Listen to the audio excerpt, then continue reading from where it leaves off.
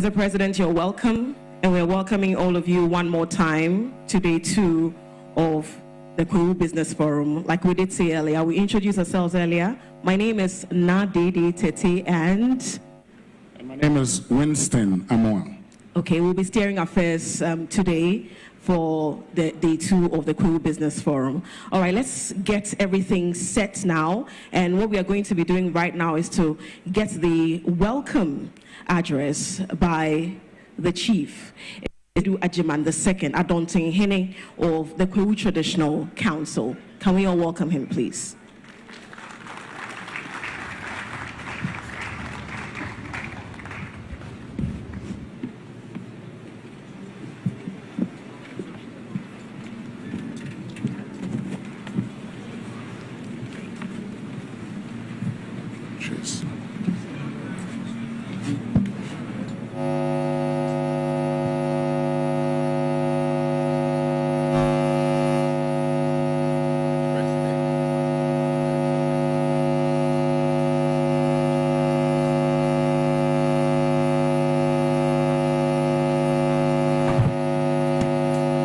His Excellency, the President of the Republic of Ghana, John Dramani Mahama, and all other guests.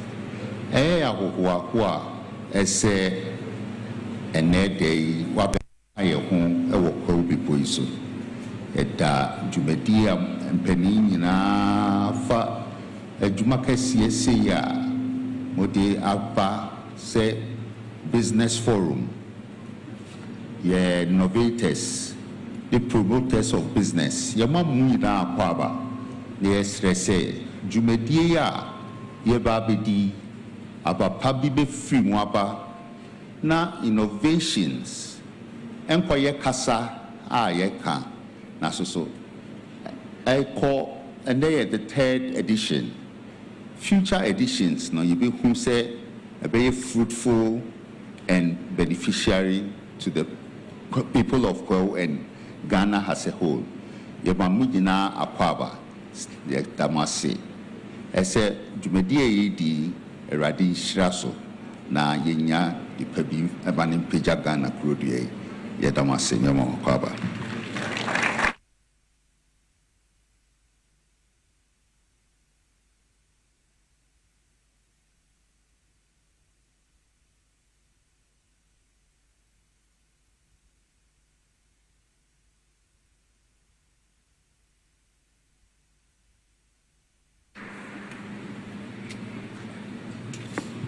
Thank you very, very much. The Adontihene of the Kwahu Traditional Council, Nana Asiedu Ajiman II. Nana, Yabada Asibebre. And moving on, the focus of today's discussion, or today's business forum, Kwahu Business Forum, is on finance, market access, growth, and innovation. So at this point, with a round of applause, let's welcome the Trade, Agribusiness, and Industry Minister, the Honorable Elizabeth Ofosu-Adjare, for some opening remarks with a round of applause.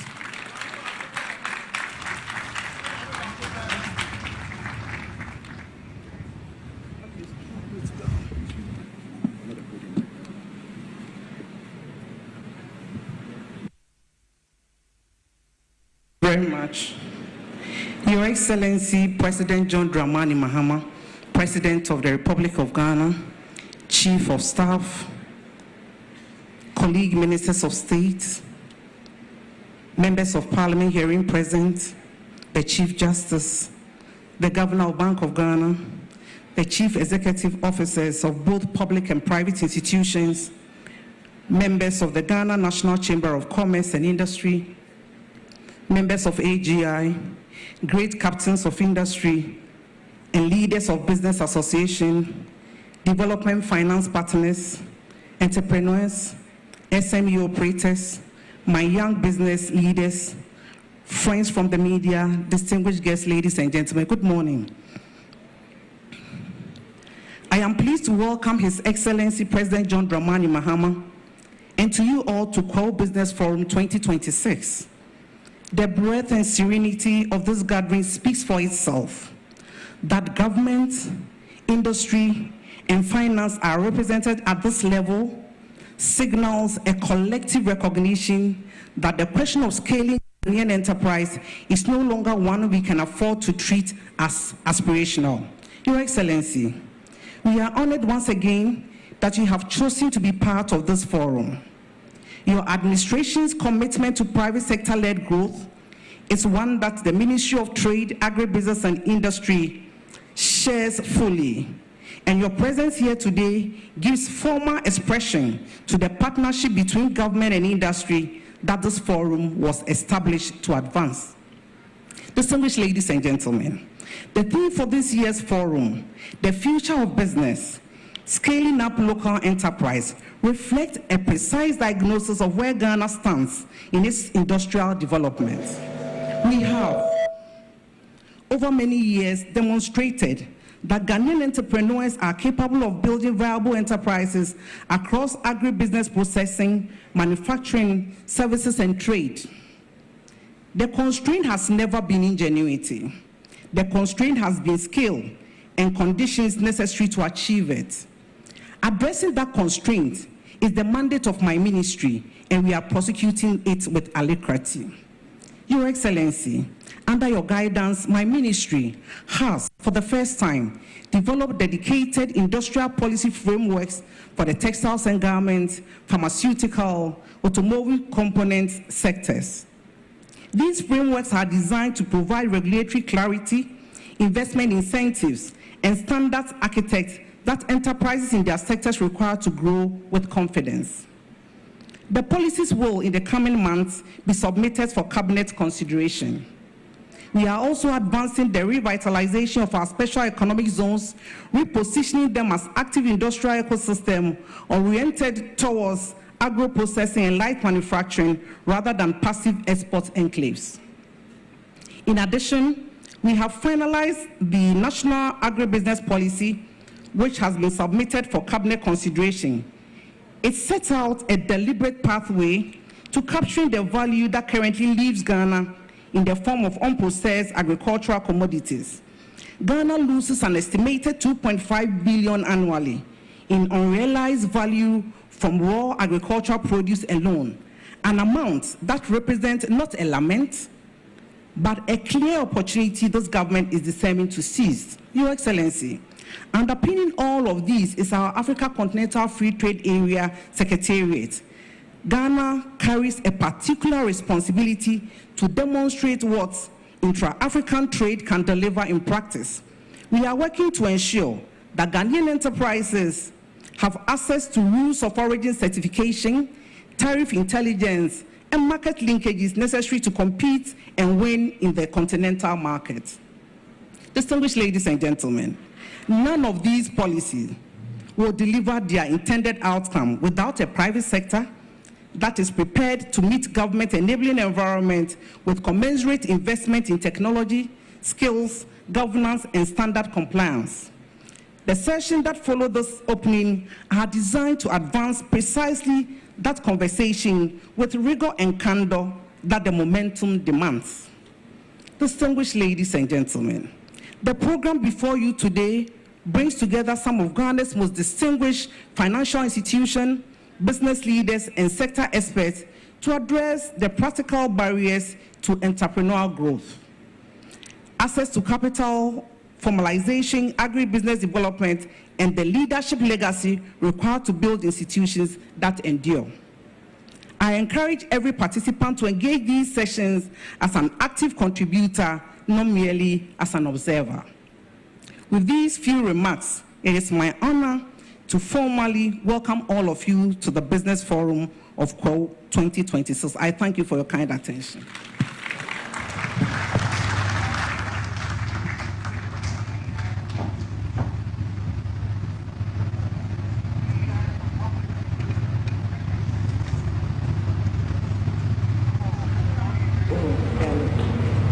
Another round of applause for our minister. We are moving on to take some goodwill messages, and we are taking the very first one from KGL Group Chairman, Mr. Alex Apawu Adadi. Could you give him a round of applause, please?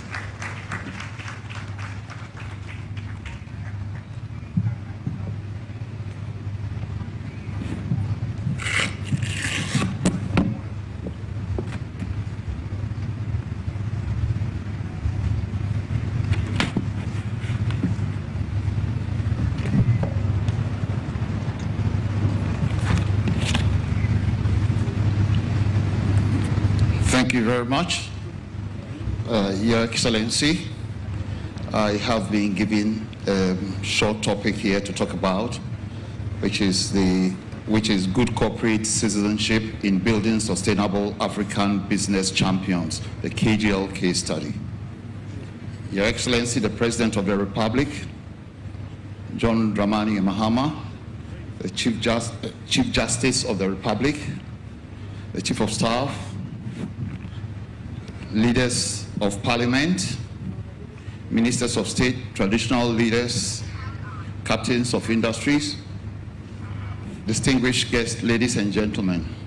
It is indeed a privilege to be here this afternoon to talk about this topic in Kwahu, a place where enterprise is a culture, where business is lived, built, and tested, and passed on. And so there's no other place to speak about good corporate citizenship in building sustainable African business champions. The KGL study, a hard truth Ghana and Africa must confront. At the KGL group of companies, our journey has taught us one powerful lesson. Good corporate citizenship is not a side activity. It is a business strategy. It is not something you do after success. It is often the reason success becomes sustainable. Why? Because in Ghana and Africa, where markets are still maturing and institutions are still evolving, trust is not a soft asset. Trust is a hard currency. And businesses that understand this build differently. We have always believed that if you operate in sectors that touch the public interest, then your responsibility must be greater than your ambition. This means governance before glamour, compliance before convenience, partnership before opportunism, impact before applause. Because if your business grows while the society around you breaks down, that is not success, Your Excellency. That is mere temporary extraction. And let me be blunt here. In Africa and in Ghana, where we often talk about public-private partnerships, but not every PPP is a partnership. Some are merely private profit wrapped in public language. And this must change. A true partnership between the state and private enterprise must produce measurable value, improved service delivery, sustainable revenue, public confidence. Your Excellency, anything less than that is not a partnership, it's an arbitrage. And at KGL, our conviction has been simple. When private sector works with government, the question should not be how much can we take? The question should be how much value can we create together? That is the difference between a contractor and a good corporate citizen. And Ghana needs more good corporate citizens. Good corporate citizenship must touch real lives. If your company is growing, but the ordinary people cannot point to how your existence has improved their lives, then your social foundation is weak. This is why good corporate citizenship must be visible in the places where the state is under pressure. In education, in health, in youth opportunity, in women's empowerment, and in community resilience. Your Excellency, through the KGL Foundation, our dedicated corporate social responsibility arm, we are committed to transforming this principle into tangible impact. The Foundation continues to demonstrate in an unwavering commitment to national development through strategic investments across sports, health, education, youth empowerment, financial inclusion, and arts. In the area of sports, Your Excellency, the KGL Foundation has committed $1 million over 4 years to the Ghana Football Association Juvenile Sports. In the last 5 years,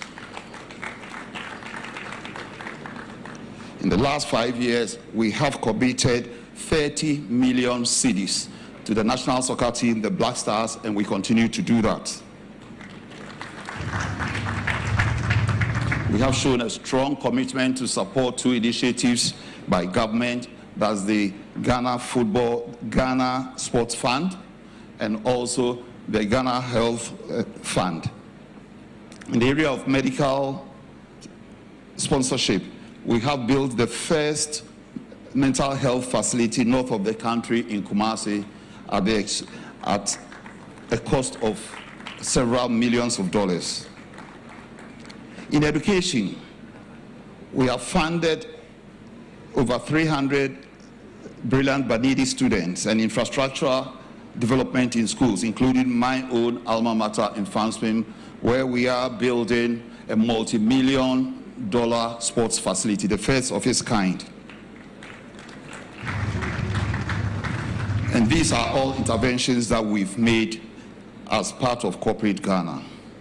Furthermore, Your Excellency, ladies and gentlemen, too many businesses are built around individuals, not systems. When the founder is strong, the business is strong. When the founder is absent, the business trembles. And when the founder dies, the business dies. These are the problems that we face in this part of the world. And we call that legacy, that's fragility. If Africa and Ghana is serious about building business champions, we must move from this. We must move from charisma to governance. We must move from control to institution building, and we must move from ownership to stewardship, and most importantly, from personality to process. This is the real test of a great African business. And the real test is not how the great African business is celebrated, the founder is celebrated, but how the business, the real test is, can the business outlive its founder? Can it outgrow its founder? Can it outserve its founder? And this should be the standard, and this is the challenge before all of us in this room today. Your Excellency, permit me at this stage to speak directly to our political and business leaders. Firstly, to our political leaders. To foster true African business champions, it is essential to move beyond viewing local enterprises as a mere convenient resource, temporary solutions, or political instruments. Instead, we must prioritize sustainable support, genuine partnerships, and strategic investment in our local businesses to unlock their full potential. This means we must be consistent with policy, and we must surround ourselves with regulatory predictability. There shouldn't be delayed payments to private sector. There shouldn't be selective enforcement which damage reputation. Because, Your Excellency, no serious country builds national champions by exhausting its entrepreneurs. If Ghana wants to produce global scale companies like the KGL Group, then Ghana must create an environment where credible indigenous businesses grow, compete, and reinvest in confidence. Support should not mean favoritism. It should mean fairness, predictability, transparency, and respect for value creation. Because when a serious Ghanaian company wins, Your Excellency, it is not only the founder who wins. Workers win, suppliers win, families win, communities win, the government revenue wins, and national confidence also wins. And to my fellow business leaders here today, let me be equally direct. We cannot demand trust from society if we do not practice discipline ourselves. We cannot ask for policy support while ignoring governance. We cannot speak on patriotism while evading responsibility. We cannot demand national respect while treating workers, regulators, or communities as inconvenient. If we want to build African champions, we must build African standards. And that means we must pay our taxes responsibly. Your Excellency, I am proud to announce that at KGL Group, we take this very seriously.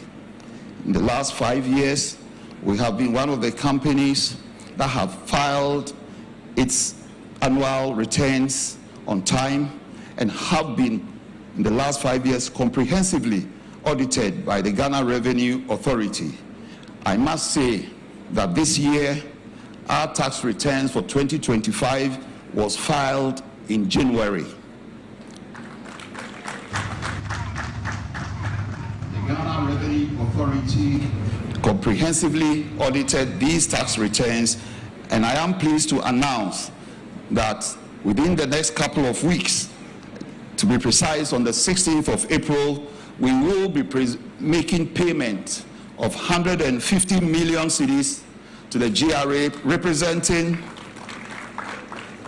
and that is the returns for only one of our 7 subsidiaries. So in terms of tax payments, we walk the talk. And it also means that the private sector must honor contracts. It must treat people with dignity, invest in compliance, protect their reputation, build leadership pipelines, empower women and young professionals. Because companies that will define Ghana's future will not be just the ones that are profitable. They will be the most trusted, the most resilient, and the most well-governed, and also most rooted in purpose. So let me leave this distinguished forum with a challenge. Let us stop asking, how do we make money? And begin asking, what institutions are we building? What national problems are we solving? What sectors are we transforming? And what values are we embedding? What will survive us? Because in the final analysis, Your Excellency, the true measure of a business champion is not the size of the founder's house. It is the size of the institution's contribution to national progress.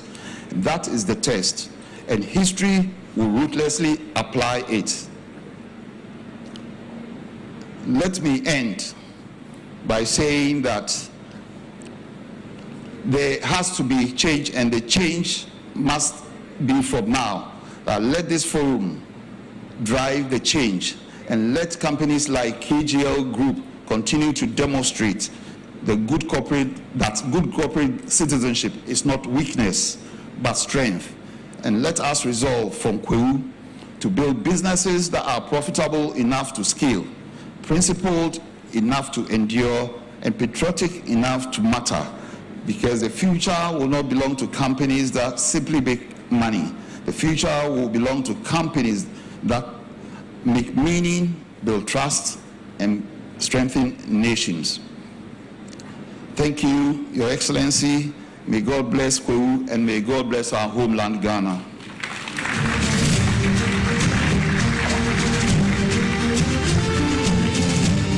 And before I end, I think that when I saw the theme, scaling up local businesses, one thing came into mind. In Ghana, it's very difficult to scale up because we are in a perpetual startup mode. How do you scale up when you are in a perpetual startup mode? And meaning that unless we build sustainable businesses, there's no scaling. You can only scale on what you've built. So let's think about that. The scaling has to start with a build-up. Thank you very much. Another round of applause for Mr. Alex Apau Dade, who is the KGL Group Chairman. One thing that he said that stood out to me is that too many businesses are built around individuals and not systems. And we need to be moving from personality to process. That's one key takeaway for me. I would like to invite the Chief Justice, His Lordship, Paul Bafoboni, to also give us his welcome address, and we would love to limit that address to about 3 minutes. Thank you so much, Your Lordship. We're grateful.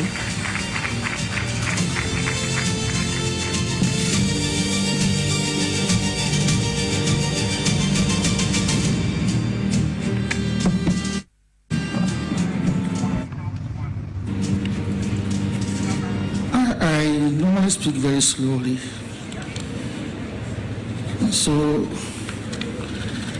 being limited to 3 minutes is going to be a little bit hard, but I'll try. Your Excellency, the President, the Chief of Staff, Honorable Ministers of State, distinguished captains of industry, leaders of financial institutions, entrepreneurs and innovators, development partners, ladies and gentlemen. It's a real pleasure and a privilege to join you today at the Kwahu Business Forum. There is something special about this gathering, high up in these beautiful hills, where ideas and opportunity come together in such a powerful way. I thank the organizers for their vision and consistency in keeping this important platform alive. This year's theme, the future of business, scaling up local enterprise, could not be more timely. It speaks directly to where Ghana needs to go, building stronger, bigger, and more resilient businesses rooted in our own soil. But what is the Chief Justice doing at a forum for businessmen and women? Ladies and gentlemen, no matter how creative or well-funded a business may be, it cannot truly thrive without one fundamental ingredient: trust. And trust in any economy rests on 3 quiet but powerful assurances: that contracts will be honored, that property will be protected, and that disputes will be resolved fairly, predictably, and without endless delay. These are not just legal principles written in books.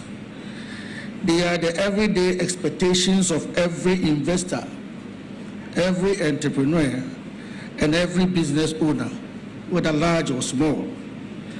And these assurances are quite simply the daily work of the judiciary.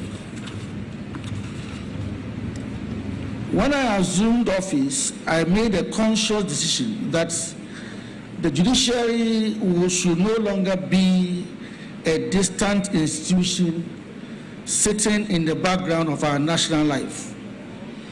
Instead, we have chosen to become an active partner in creating a genuinely business-friendly environment, one firmly anchored in the rule of law.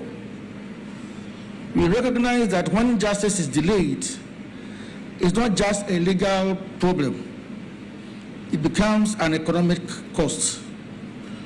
When enforcement is uncertain, it does not merely frustrate parties, it discourages investment and holds back growth.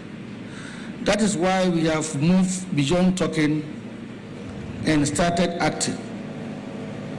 We have introduced the 2 streams of court system with structured morning and afternoon sessions. This is already helping us clear cases faster, especially commercial matters where time is critical. We have established and operationalized specialized courts focused on commercial disputes, financial matters, cybercrime, and regulatory issues. These courts bring together expertise, consistency, and speed, qualities that businesses deeply value. We are currently undertaking the first major review of the rules of court in more than 20 years. Our goal is to simplify procedures, remove unnecessary technicalities, and make litigation more predictable for everyone. We are also rolling out an expanded e-justice program that will allow electronic filing, digital service of documents, virtual hearings, and real-time case tracking. For businesses, This means less time wasted traveling to courts, lower costs, and greater transparency.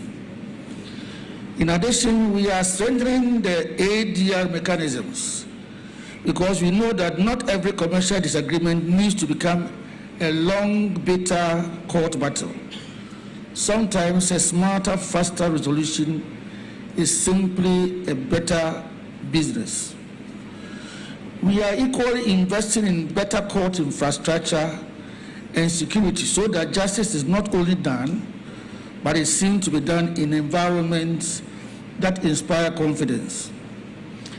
Taken together, these reforms are designed to deliver a justice system that is faster, more accessible, and more predictable. For you in the business community, these are not nice to haves.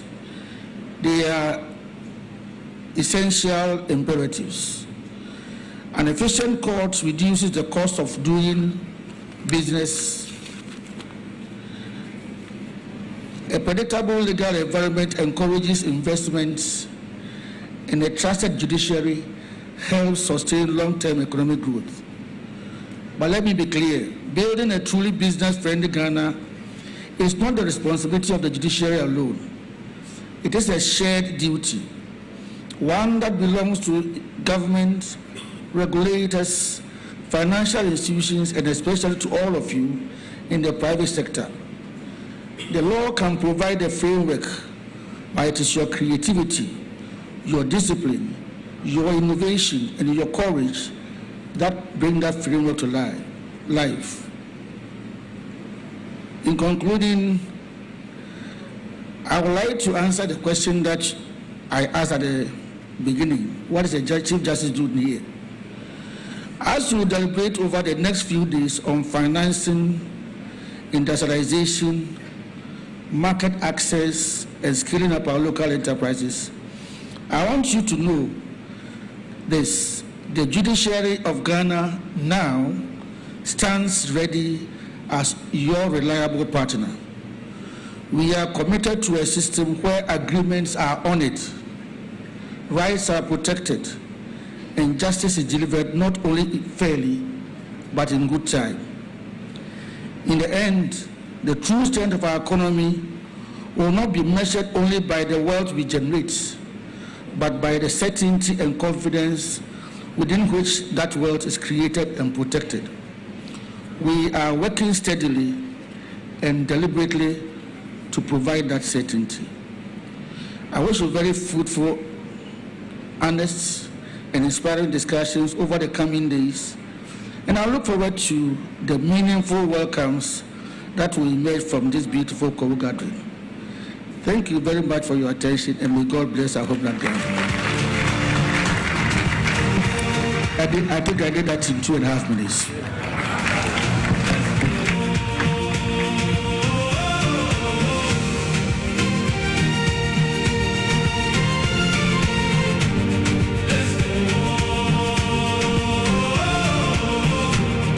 Applause for His Lordship. His Lordship did not honor my 3 minutes, but who do I report him to? I have no one. You know, I know it's a very formal setting, everybody is very prim and proper, but I've been having this edge. Let me see if we are all in sync. Kwahu. Kwahu.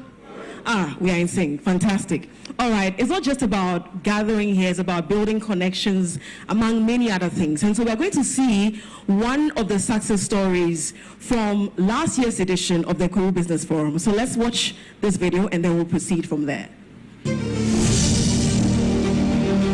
A young dreamer stumbled upon an open invitation from the esteemed Chief of Staff of the President of Ghana, Honorable Julius Deborah, kindly inviting them to come to Impriaso for the Kwahu Business Forum with nothing but the pure essence of a dream in their hearts. Anybody at all who believes that he has some business interest, no matter how small your business is, you are also allowed to come. Because just like the mustard seed, it appears so small, but once you plant it and you water it, all the big corporations you had started smaller. But people were able to keep to the vision and build it. So as far as criteria in selecting is concerned, so long as you are a Ghanaian business entity, be it an enterprise, be it a corporate limited liability, you qualify to come. She then took the bold step of going to the Kwahu Business Forum. There, she had the rare opportunity to meet the managing directors of the Agricultural Development Bank and pitched briefly her ideas to them. The managing director of the Agricultural Development Bank gathered a team. They analyzed, groomed, and helped just like the Chief of Staff promised. Guidance, advisory services, and consultations were offered by the team at the Agricultural Development Bank.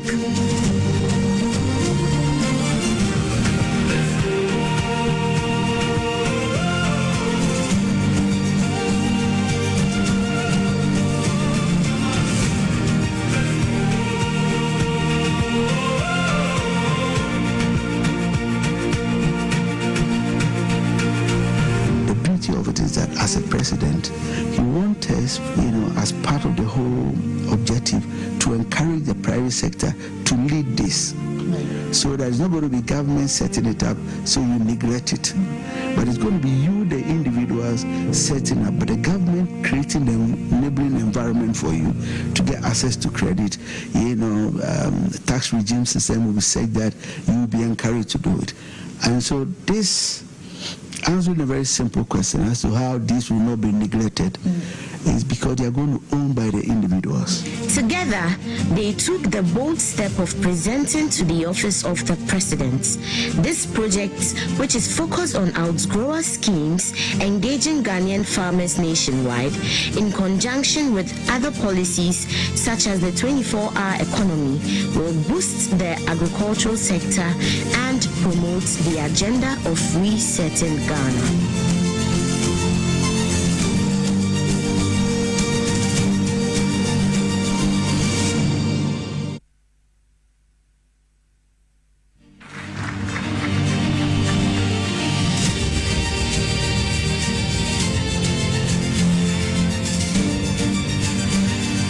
Definitely happy that 3 years down the line, there's something to show. Most of the time we start these initiatives, and it will take time, we know. But I'm happy that when it comes to the Kwahu Business Forum, which started in 2024, there's something to show. And I believe that going forward, we'll have more of these success stories. Now, speaking on the topic from vision to impact, realizing Ghana's economic potential through strategic support and innovation, let's welcome the CEO of the Ghana Exim Bank, Honorable Sylvester Adinam Mensah.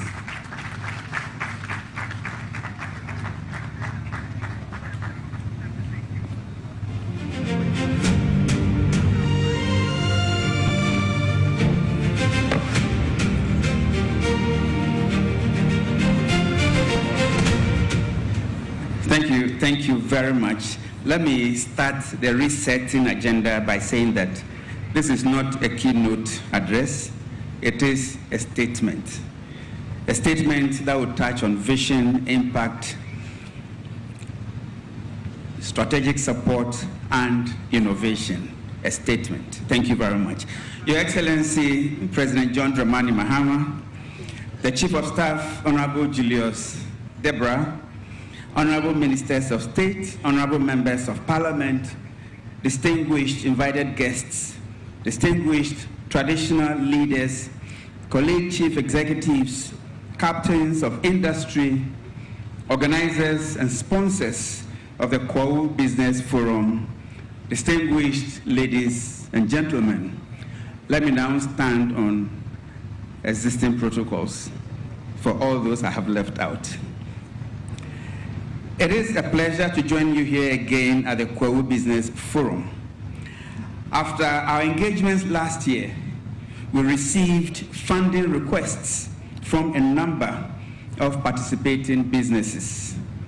I'm happy to announce that 3 of such businesses have gone through our credit process, met our credit criteria, and secured both management and board approvals awaiting disbursement.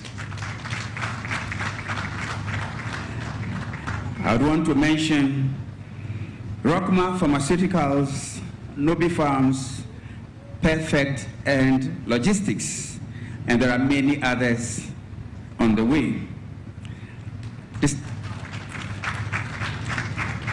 Your Excellency, distinguished ladies and gentlemen, Kwahu has always stood for enterprise, initiative, and the courage to build.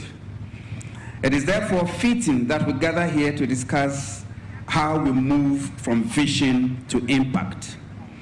Indeed, the topic acknowledges that Ghana does not lack vision, and certainly not under the visionary and transformational leadership of His Excellency President John Dramani Mahama.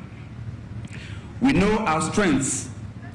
We have entrepreneurial energy, we have natural resources, we have a youthful population, we have a strategic place within Africa, and we have real opportunities under the African Continental Free Trade Area.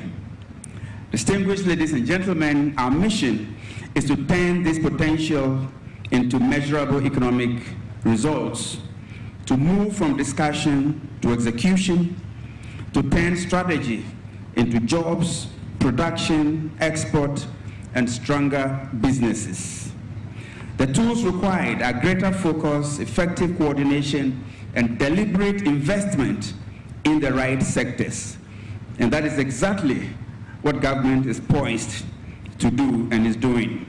Ghana's next phase of growth must be driven by three shifts. First, we must produce more of what we consume. Second, we must process more of what we produce. And third, we must export more of what we process. This is how the leadership of President John Dramani Mahama wants to build resilience. This is how the government wants to create jobs at scale. This is how government of Ghana will reduce pressure on foreign exchange. And this is what positions Ghana as a serious force in regional and global trade. This is the thinking at the heart of Ghana Exim Bank's 2025 and 2030 strategy. It is not only a banking strategy, it is a practical framework for national economic transformation through food security, value addition, industrialization, and export-led growth. Distinguished ladies and gentlemen, we know some of the barriers to growth, and yesterday's panel discussed us to a few of them. Yes, too many promising sectors remain underfinanced. Yes, too many Ghanaian businesses have potential, but not enough scale, systems, or support to compete effectively. Yes, too many producers are disconnected from processing, certification, logistics, and export markets. And too often, our efforts are fragmented. This fragmentation has a cost. It is one reason that Ghana continues to spend heavily on imports in areas where we can build stronger domestic capacity. In the presentation by Comrade Gozitano yesterday, he said, and it is true, that we spend over $1 billion annually to import rice and poultry products alone. This is unacceptable, and is the reason His Excellency, the President's vision on the Akoko Nkiti program is so timely. It is directed at addressing this imbalance, among others. Distinguished ladies and gentlemen, that is why GESIM's strategy is focused on sectors where targeted intervention can create national impact. We are giving the pride of place to rice production, poultry, garments, and apparel in our funding metrics. These are not random choices. They align with government's Feed Ghana program under the Agriculture for Economic Transformation agenda. They also connect directly to some of Ghana's most urgent economic priorities: food security, job creation, industrialization, import substitution, and foreign exchange stability. Distinguished ladies and gentlemen, if we strengthen local rice production and processing, we do more than increase supply. We strengthen an entire value chain, from farming and aggregation to milling, packaging, storage, transport, and distribution. If we develop the poultry sector sustainably, the gains go far beyond the farms themselves. We stimulate feed production, hatcheries, veterinary services, processing, cold chain, logistics, and retail. Of course, the poultry value chain includes the production of maize, soya beans, and many others. If we finance garments and apparel subsector, we unlock major employment opportunities, especially for women and young people, while also rebuilding local manufacturing and supporting competitive Ghanaian brands. Your Excellency, distinguished ladies and gentlemen, beyond these flagship sectors, we also seek to deepen non-traditional exports. Products such as shea, cocoa, cashew, mango, coconut, processed foods, and other value-added goods offer strong opportunities for growth. The goal is not simply to export more raw materials, as has been articulated on various platforms by His Excellency, the President. The goal is to build competitive value chains that retain more value here in Ghana. That is what meaningful export growth looks like. It is not only about volume, it is about value, it is about competitiveness, and it is about sustainability and long-term national benefit. This is where strategy becomes critical. At GEZIM, we see our role as going beyond finance in a narrow sense. Strategic support means helping businesses grow in ways that are commercially viable and nationally impactful. It means providing financing that is aligned to the realities of production and trade, while de-emphasizing collateral requirements for micro, small, and medium-sized enterprises. It means supporting value addition instead of only financing the movement of raw commodities. It means helping firms improve standards, strengthen packaging, and gain access to markets. It means building the capacity of micro, small, and medium-scale enterprises so they can scale and compete. And it means working with both public and private sector to address constraints that no single business can solve in isolation. The roadmap to 2030. Distinguished ladies and gentlemen, the roadmap to 2030 is clear. The first phase has been laying the foundation. The second phase is about scaling and market penetration. The third phase is about deeper industrialization. And this is where Ghana must consolidate its gains through stronger processing ecosystems, more investment in productive capacity, and a clear position as a regional hub for value-added trade. This sequence matters because transformation is not an event, it is a process. First, we organize, and then we scale.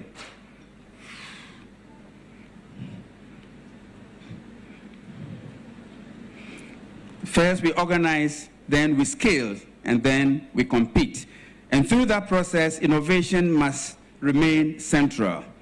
Innovation in this context, distinguished ladies and gentlemen, is not only about digital tools and technology setup. Innovation is about solving real economic problems in practical ways. Innovation is how we structure finance to serve production. Innovation is how we use data to make better decisions. Innovation is how we improve traceability, reduce waste, strengthen quality assurance, and connect smaller producers to larger markets. Innovation is how we modernize supply chains and make them more efficient. Innovation is also how we build partnerships and unlock infrastructure, attract investment, and support long-term growth. This is the kind of innovation we need. Distinguished ladies and gentlemen, we need coordinated investment, we need coordinated infrastructure, we need coordinated support for sectors where Ghana has a clear path to competitiveness. The true test of our strategy is not what we have put on paper, it is what changes in the real economy. Impact means strong local industries. Impact means reduced dependence on imports where Ghana can produce competitively. Impact means more value added at home. Impact means competitive SMEs. Impact means more jobs for young people. Impact means more Ghanaian products entering Africa and global markets with confidence. And impact means a stronger and more resilient economy. Your Excellency, given the requisite financial muscle on a sustained basis, GESM expects that by 2030, our strategic priorities and targets will yield more than a 60% increase in rice production, no less than 60% sufficiency in poultry production, a 2- to 3-fold increase in revenue from non-traditional exports, over 100,000 new direct jobs, a 4-fold increase in foreign exchange revenue from non-traditional exports, and a 40% reduction in imports in selected sectors. These are ambitious targets, and rightly so. Ghana's needs are significant, and the next decade demands more than incremental changes. This is the future that the Ghana Exim Bank is committed to helping build. We see ourselves not only as a financier, but as a catalyst for production, industrial growth, export competitiveness, and strategic partnership. Distinguished ladies and gentlemen, let us choose partnership over fragmentation. Let us build our economy, an economy that is more productive, more innovative, more competitive, and more export-driven. The vision is clear, the opportunity is real, the time to deliver is now, and the visionary leader to lead us through this is seated right here at the Kwahu Forum. His Excellency, President John Dramani Mahama. Thank you very much.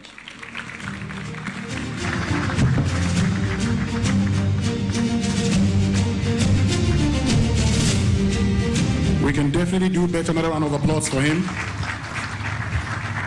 Thank you very much, the Honorable Sylvester Mensah. And I like the fact that he talks about impact and says what really matters is not what is on paper, but what is felt. And I'm happy because you talk about the fact that by 2030 we should achieve 60% sufficiency in poultry and 60% increase in rice production. I say I like it because then I have something to hold you accountable to. Come again?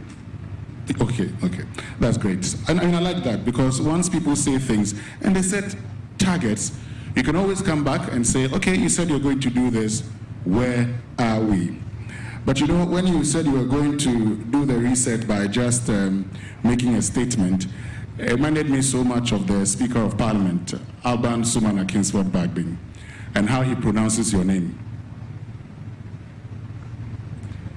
Okay, for those who don't get it, the Speaker somewhere in 2019 was questioning the pronunciation of the name, whether it's Adinam or Edinam, saying, oh, in our land it's supposed to be Edinam. He doesn't understand why that should be Adinam, but I'm sure for those who are from the southern part of the Volta region can understand.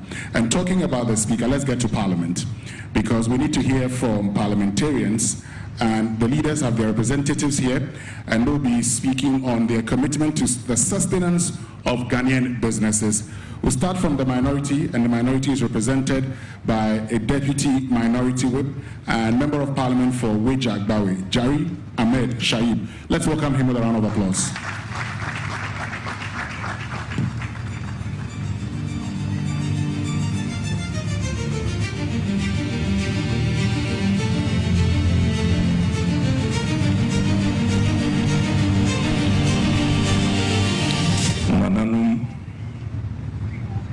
Your Excellency John Dramani Mahama, President of the Republic of Ghana, Honorable Julius Deborah, Chief of Staff, the rep of the respected Majority Leader, Mr. Ales Apaodade, KGL Group Chairman, the Chief Justice of the Republic of Ghana, my Lord Paul Bafuboni, Honorable Ministers, senior government officials, business leaders and partners, members of the organizing committee of this forum, distinguished invited guests, ladies and gentlemen, good afternoon. I am honored to represent the minority leader, Osayin Alexander Kwamina Afenyo Markin, who regrets his inability to be with us in person. I will deliver his remarks in full as prepared for this important occasion. Mr. President, it's a distinct privilege to address you and all here gathered on this third edition of the Kwahu Business Forum, an important platform that continues to inspire fresh thinking about Ghana's economic future, while reminding us that the future of our nation is deeply intertwined with the active participation of the private sector, particularly the strength of his indigenous businesses and the vision of his entrepreneurs. Mr. President, the theme for this year, and I quote, leaders committing to sustenance of Ghanaian businesses, unquote, places a clear responsibility on everyone in this room to show through action that Ghana's business community has people who will stand with it when it matters. Sustenance is a purposeful word. It implies active, deliberate, and sustained commitment to ensuring that Ghanaian businesses do more than survive the conditions they face. Today, as we are here, that commitment begins with honest acknowledgement of what those conditions currently are, and it demands that leaders, wherever they sit, take responsibility for changing what is within their power to change. The Minority Caucus comes to this forum not simply to speak, but to be held to that standard. The minority leader, who has spent over 2 decades in both public service and private enterprise, he understands the hurdles that define the entrepreneurial journey, what it means to raise capital, to innovate through constraints, and to stay resilient in the face of shifting market dynamics and a fragile entrepreneurial ecosystem. These experiences have deepened his conviction that entrepreneurship is nation building. It is precisely because of this that as political leaders, Mr. President, we have a responsibility to depoliticize entrepreneurship, to create an ecosystem where business owners can operate without fear of being tagged or targeted. When we politicize local enterprise, we create an uneven playing field that stifles innovation and discourages risk-taking. When this happens, it is foreign businesses that stand tall, and they dominate our markets while our indigenous enterprises are made to struggle. That cannot be the path to sustainable growth. Mr. President, whilst we celebrate enterprise and actively cultivate an environment where hard work and creativity are rewarded, the success of a business should never depend on which political regime is in power, nor should it be stifled by partisan labels. Our role as political leaders is not to frustrate any private sector actor, but to foster a fair and enabling environment where merit, innovation, and hard work is rewarded. Mr. President, And as we nurture this culture of enterprise, we must also take a hard look as to how we extend opportunity, particularly to the youth. They must be supported when they demonstrate potential, creativity, and drive. The Minority Caucus has spent recent weeks in structured engagements with the Ghana Union of Traders Association, GUTA, with the Ghana Employers Association, GEA, and the Association of Ghana Industries, AGI. We also listened to farmers and SME operators across sectors.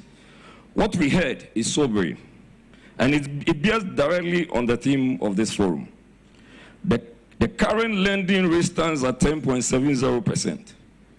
Lending rates for SMEs continue to range well above that benchmark, with most banking pricing one-year SME loans significantly higher.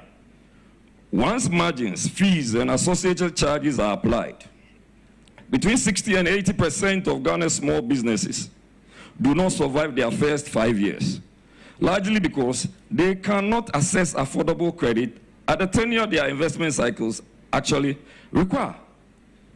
The banking sector's collateral requirements lock out most SMEs before the conversation about rates even begins, and the maximum loan tenure commercially available remains wholly inadequate for manufacturing and agro-processing enterprises that need patient capital to grow. A headline lending rate of 10.70 means nothing to an industrialist who cannot meet the collateral threshold to assess it, or who is offered a 2-year facility for an investment that requires 10 years. The financial sector's mandate to support indigenous enterprise cannot be fulfilled under these conditions. We cannot preach entrepreneurship while the system we preside over makes capital structurally inaccessible to the entrepreneur we are preaching to. Mr. President, the AGI has documented manufacturing lines running below capacity, not because of weak demand, but because the energy cost of food production exceeds the price at which the product can profitably be sold. That is not a market problem. That is a policy problem. Import VAT, excise duties, the NHIL, and the Get Fund levy are paid simultaneously by the same businesses on the same transactions. The combined burden of these obligations on a single producer in a single sector has never been properly assessed in its totality by this government. This administration came into office with a mandate to improve the business environment. Instead, it has added to the burden, left the architecture unreformed, and offered industry nothing but more levies and less consultation, Mr. President. The manufacturer is being squeezed from both ends, caused that this government will not reduce an import competition that it cannot match. No business can plan for growth in such an environment. Mr. President, the publican trade solution has been deployed for excise duty assessments without independent validation against an unreformed duty schedule and without a functioning appeals mechanism. Compliant businesses have faced assessments several times higher than what identical past consignments attracted, with no recourse and no explanation. The affected business community learned that an appeal mechanism was even being considered just one day before their engagement with us as the Minority Caucus. This is not how a government that champions enterprise should treat its business community. The pattern that has emerged across our engagements with industry is as troubling, and we will display that as follows. It is consistent. Policy is conceived, drafted, and announced, and industry is invited to a meeting afterwards and told that that constitutes consultation. Mr. President, I'll take that again. The pattern that has emerged across our engagements with industry is as troubling as it is consistent. Policy is conceived, drafted, and announced, and industry is now invited to a meeting afterwards. that constitutes consultation. Across every sector, our caucus has engaged, from employers to manufacturers to traders. The same experience is reported, Mr. President. Formal representations submitted and ignored, legislative changes effected without prior engagement, and regulatory decisions imposed on the very businesses that must live with their consequences. Effective pre-legislative consultation is a structural requirement of sound economic governance, and its persistent absence is not a minor procedural failing. It is a policy failure with real cost, measured in factories that are uncompetitive, investments that are not made, and jobs that do not exist. The role of the financial sector in the growth of indigenous businesses cannot be overstated. For our economy to succeed, we must ensure that financial institutions play a more proactive role in supporting local enterprises by creating the opportunities that will allow these businesses to grow and ultimately contribute to job creation on a national scale. The 24-hour economy on my mind. It is imperative, Mr. President, that the financial sector adjust its approach, becoming more attuned to the needs of small and medium-sized enterprises, particularly those led by young Ghanaian entrepreneurs. We must bridge the gap between access to finance and entrepreneurial potential by developing financial products and solutions tailored to the specific challenges faced by our local businesses. Mr. President, by doing so, we will cultivate industries that are sustainable, that are innovative, and grounded in the realities of our local context. This shift will help transform the business landscape, making local enterprises the backbone of our economy and key drivers of job creation. National leadership is not confined to parliamentary business. It is about shaping a stable and sustainable environment where all businesses and citizens can flourish. We in the minority, though not in government, are actively seeking to push an agenda that strengthens Ghana's economic foundations. We are advocating for policy stability, predictable legislation, and economic direction that reflects the realities on the ground. Businesses need policy stability to plan ahead. They need a legislative framework that is clear and predictable. They need an economic direction that reflects the realities on the ground, and we take the responsibility seriously. Mr. President, we therefore set out the following clear actions, and we expect to be held to them. First, we will advocate and push for a statutory pre-legislative consultation framework that requires meaningful engagement with various stakeholders before any major economic bill is introduced or government policy is announced. Second, we will demand a full assessment of the combined impact of taxes, levies, and tariffs on businesses before any new fiscal measures are introduced. Third, we will press for full parliamentary scrutiny of the AI-driven customs assessment system at the port and hold government to account until a credible and accessible appeals process is in place for every business adversely affected by inflated assessments. Fourth, we will table formal parliamentary motions calling for an independent review of utility tariff structures alongside a transparent and time-bound tariff roadmap that allows businesses to plan with certainty. Fifth, we will advocate for ring-fenced investment in technical and vocational education with clear outcomes tied directly to industry needs and protected from budgetary diversions. Sixth, we will establish a structured quarterly parliamentary engagement with organized businesses. This will be a working mechanism where concerns are tracked, followed through, and carried into all relevant parliamentary processes. Seventh and the final one. We will push for targeted reforms in SME financing, including longer tenure credit facilities, aligned with industrial investment cycles, and a review of collateral requirements that currently exclude viable businesses from accessing credit. Mr. President, in conclusion, I wish to acknowledge the contribution of all the industry players present today. Let this forum be not merely a platform for dialogue, but the beginning of sustained structure support for entrepreneurship in Ghana, so that together we can forge a path forward. We can forge a path toward a brighter and a more prosperous economic future. To the entrepreneurs and businesses present, I urge you to take full advantage of the opportunities before you. Invest boldly in your dreams, for they are the foundations of our collective future.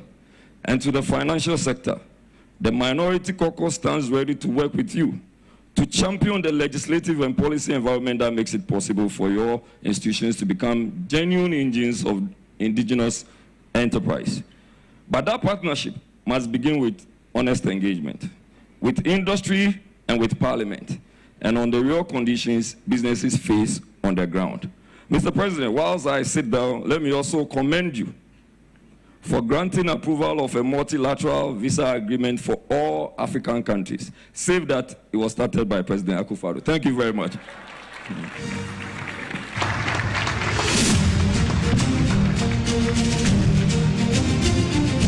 We can definitely do better. Another round of applause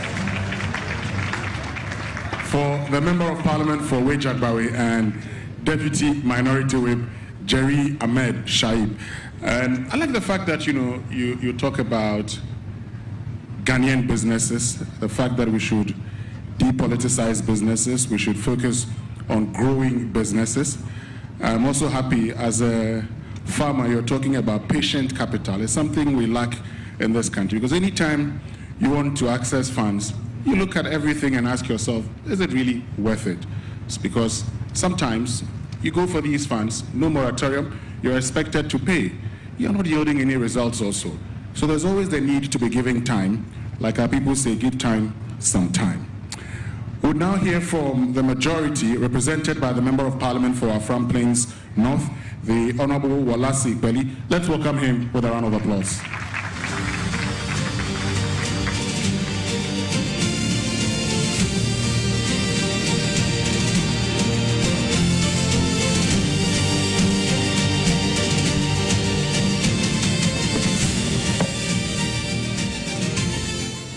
Thank you for the opportunity.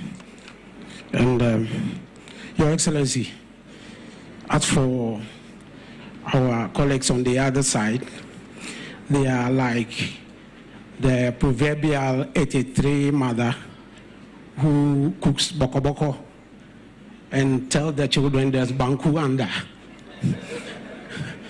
You only finish the boko boko, get full to know that there's no banku.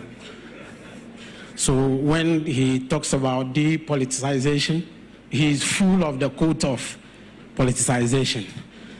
But well, they guide us to do better. Your Excellency, the President of the Republic of Ghana, His Lordship, the Chief Justice of Ghana,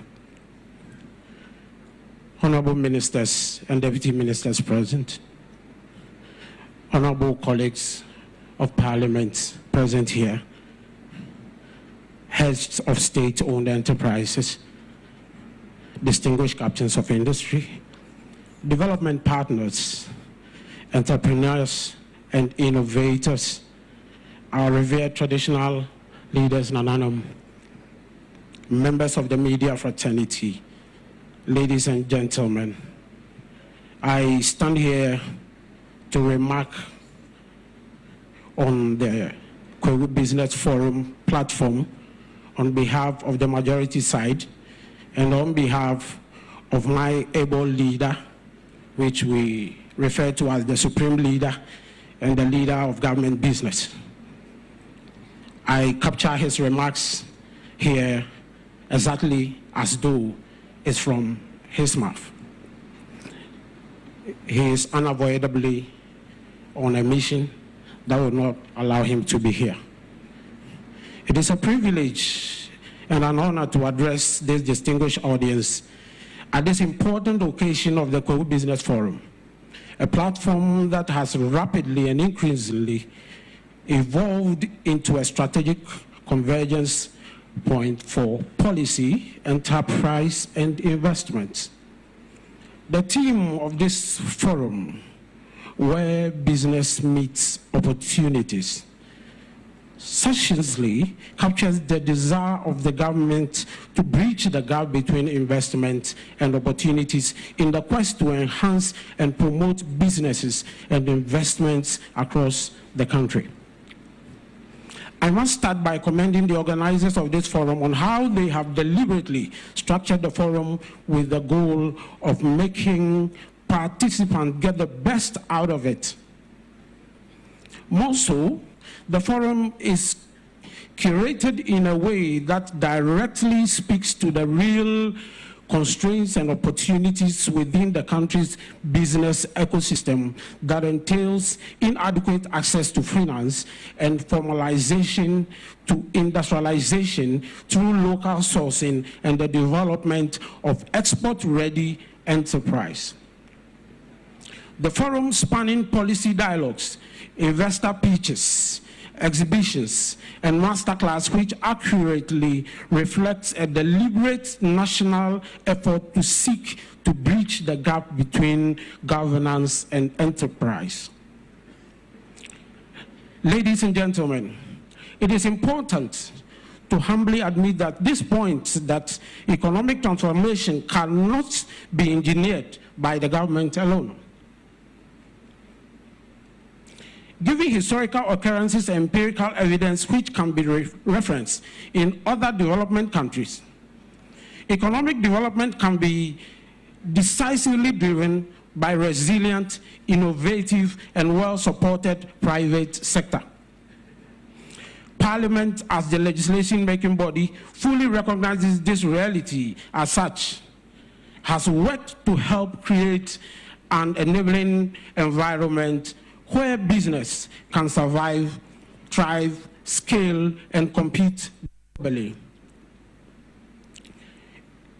It is in this regard that over the years, Parliament has worked assiduously to pass various legislation that seeks to empower the private sector in the country.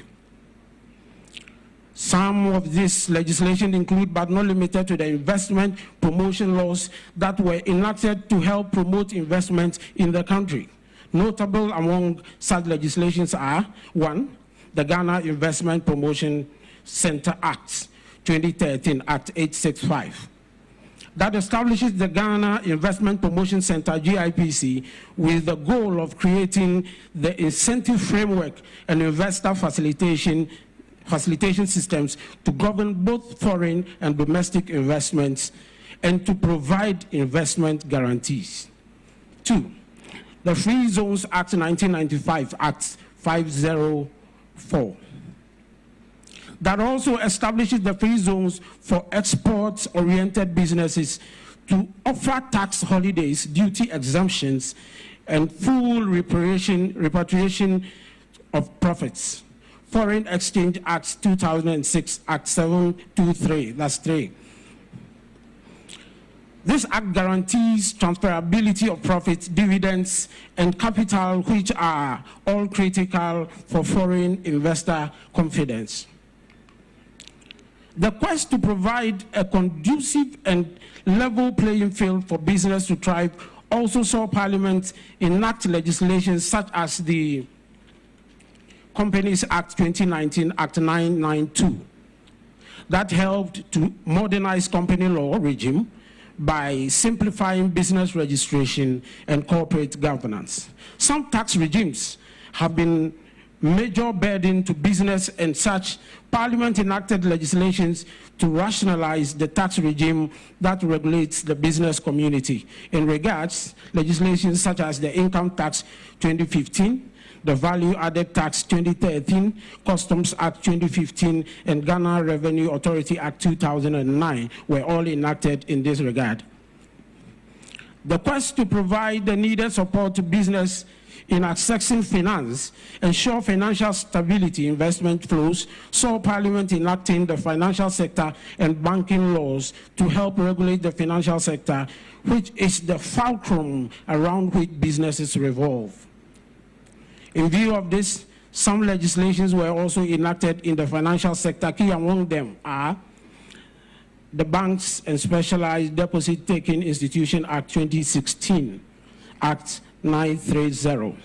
This sought to strengthen banking sector regulations and improve confidence in financial institutions in the country.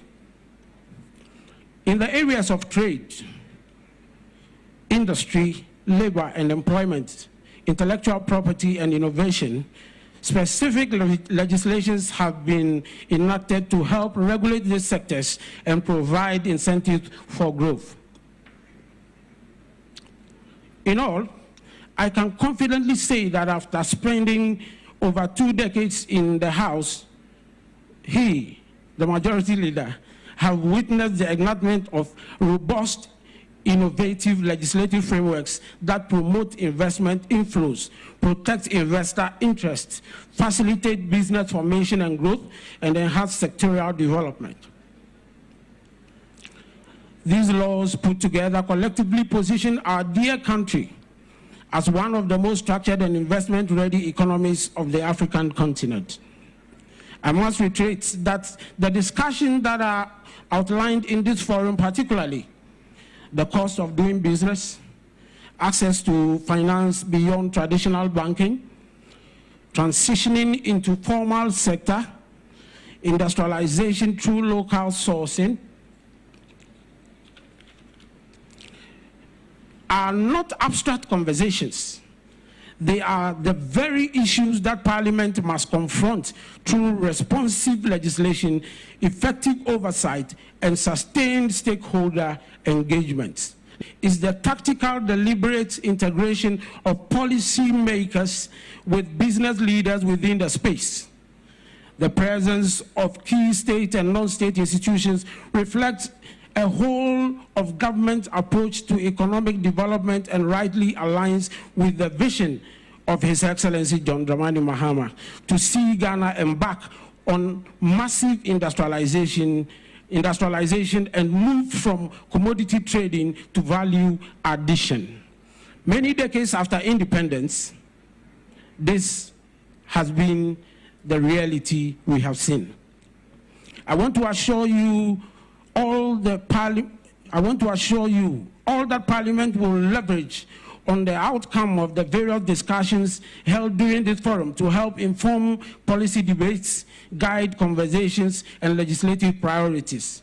Ghana continues to remain one of the most attractive investment destinations in the Sahel region.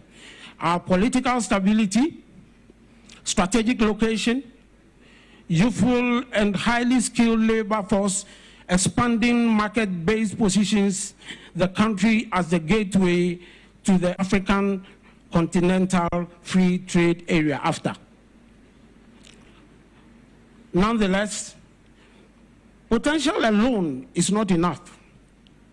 The country must work actively to, 1, reduce the cost of doing business, 2, strengthen infrastructure and logistics, 3, improve tax administration, and 4, promote digital transformation across sectors.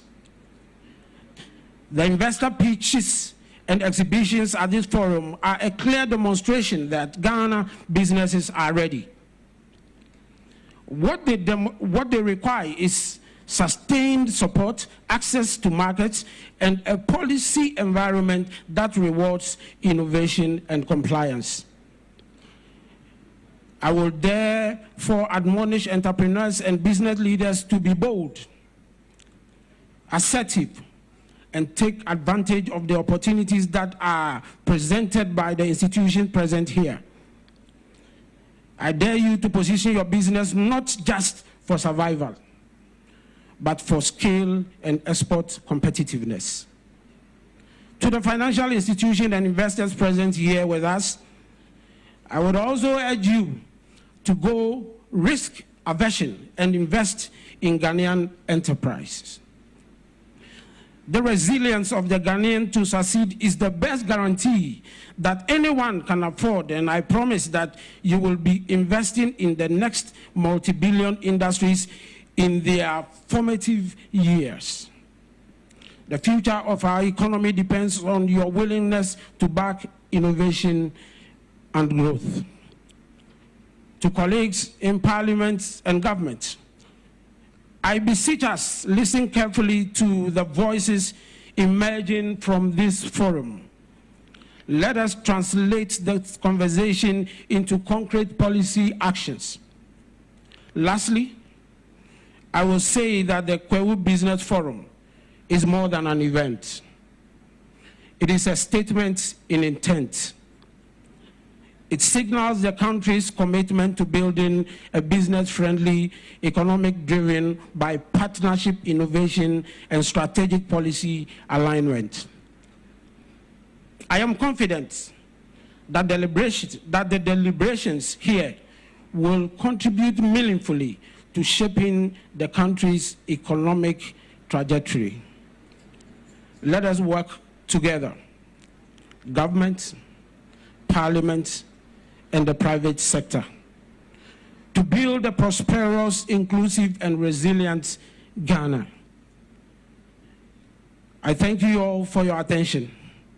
Long live Kwahu land, long live Ghana. Thank you.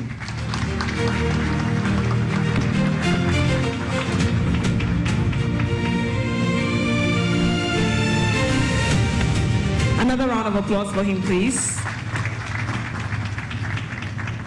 We are moving right to the points that many people have been looking forward to, the presidential keynote address. And the president will be speaking on the theme, accelerating private sector growth and industrial transformation in Ghana. Can we all stand up and welcome the president as he addresses us? With a round of applause, please.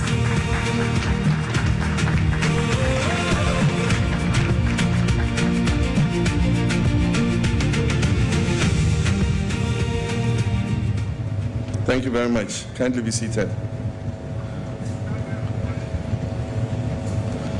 I have a prepared speech, but I'm wondering whether I need to read the speech.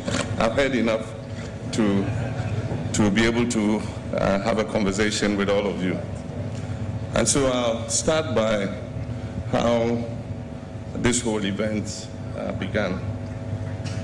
It was conceived in the back of a Toyota Land Cruiser, which myself and my younger brother Julius always occupied the back seat when I went on campaigns. In 2023, we crisscrossed the length and breadth of this country. And we're talking about, dreaming about what we could do when we get the mandate from the people of Ghana to govern this country. And we're talking about tourism and how we can improve things. And then the issue of Kwahu Easter came up. And we talked about the whole Kwahu Easter program and how we can add a business angle to it. Everybody knows the genesis of coming back home to Kwahu. Kwahu is the biggest homecoming event in the country, easily. And it came from the fact that the Kwahu people are business people and traders. And so often they are spread all over the country, from Sunyani to Tamale to Bolgatanga, Accra, Ho, everywhere, doing their business.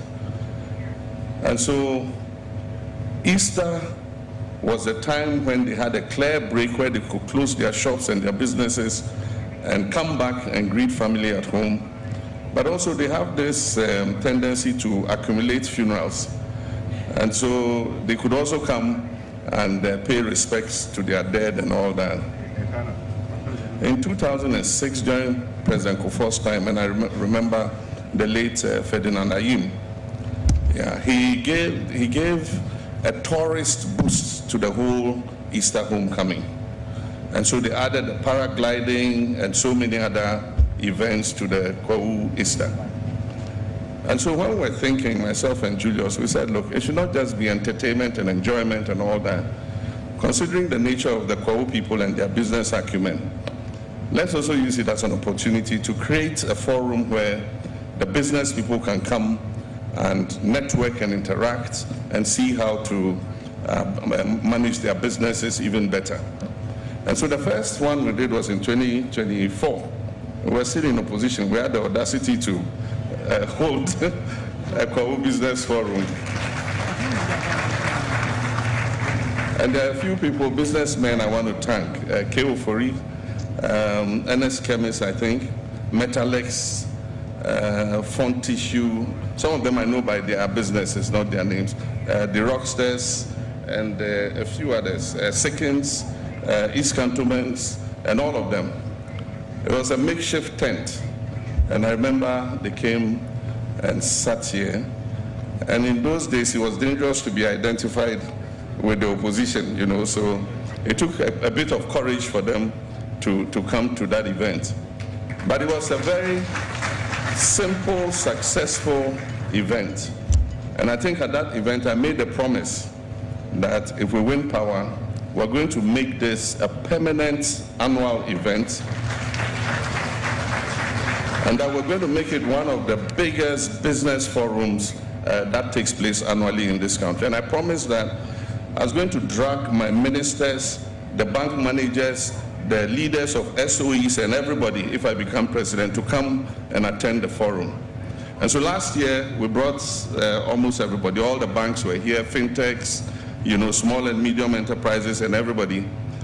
And they saw how useful it was. The networking and all that was very useful. And so this year, they are here again in their numbers.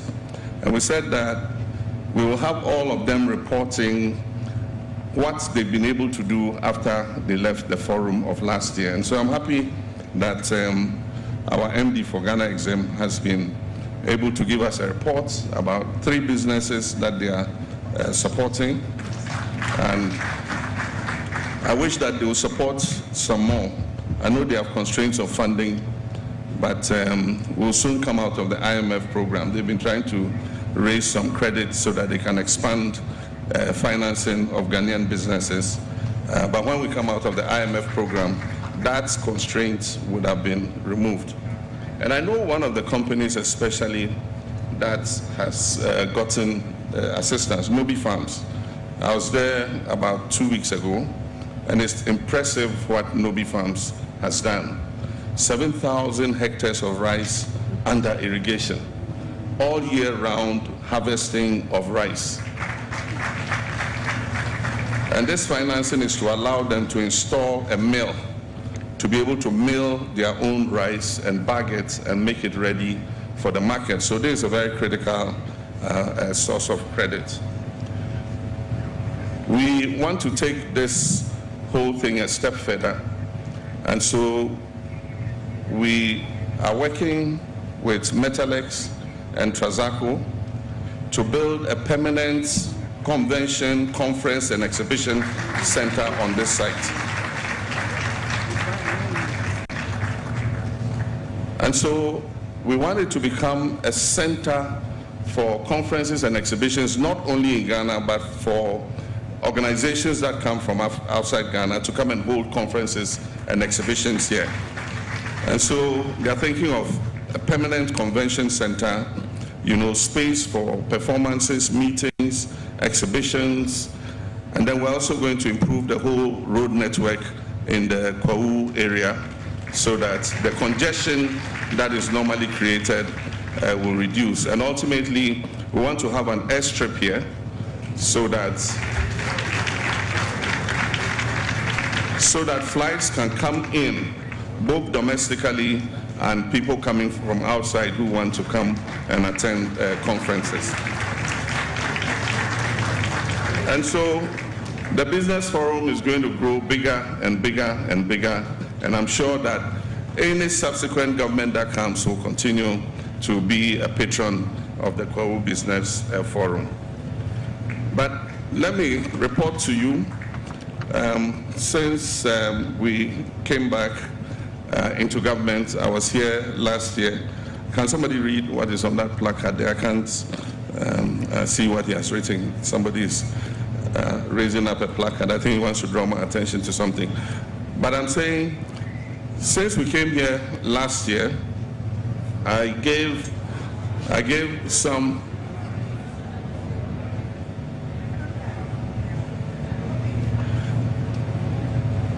Ghana is a land of free speech, and so I'm sure he has some beef with somebody.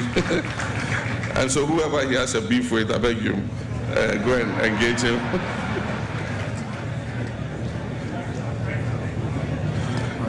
And so, since the last forum, I'm happy to report to you that the business environment is much, much, much better than it was before. Business confidence has come back, foreign direct investment is increasing, and even domestic investment is increasing. In addition, government's appetite for debt has gone down, and so we're borrowing less from the treasury market, we're borrowing less from the banks, and so the crowding out effect that used to occur, where the private sector had no access to credit, the banks now are holding huge liquidities, and they must find somebody to lend it to because government won't take it. Treasury bill rates are low, so if you put your money in treasury bills, you won't get much. And so you must look to the private sector to give financing. And I'm happy that the Ghana reference rate has come down, and so interest rates have come down.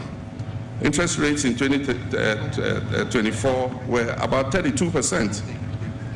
Today, I heard of somebody who borrowed at 10%, 9%. And so I think that it creates a much better environment than we had before. In addition, inflation is down, and so it allows us to have more predictable pricing. Our constant focus had been on macroeconomic stability, to stabilize the macroeconomic environment, and we have done so. And also to create a more resilient economy. As we said, shocks will come.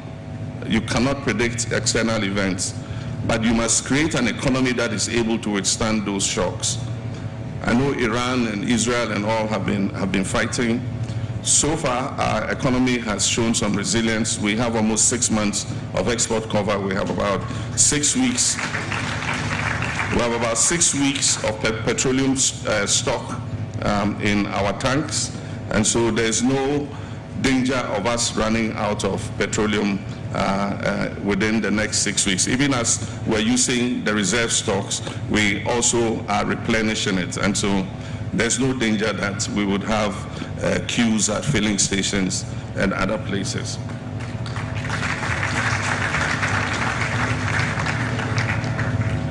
In addition, and indeed the most important event that has taken place since last year is the performance of the Ghanaian currency. The currency has stabilized, and it has made the investment environment more predictable for business people. And so even levies and duties at the port are lower. And that's why I tell importers, I don't see any reason why you should try and underdeclare your imports, because the bank rates determine the levies at the port, and the levies are fixed in dollars. And in 2024, you were bringing your goods in, and you were paying the equivalent CD of $16 or $15, whatever it is. Today, you are paying the equivalent of $10.9 CD to the dollar. So it means that automatically your duties and levies have come down in CD terms. So there should be no incentive for anybody to still want to cheat government. But we know that they say in every house there's a Mensa. People would, if they have the opportunity, do it. And so it leads me to one of the things Jerry said about AI. Digitalization and artificial intelligence is being employed. It's something whose time has come. The system Ghana is using today is so far being used by 21 other countries. And so it is something whose time has come, and the Ministry of Finance has started implementing it. I've heard a few complaints about unfair, imposition in terms of what duties and levies have to be paid. And so the ministry has an appeal system. So far, it is held 2 days in a week. I have advised that they increase the number of days.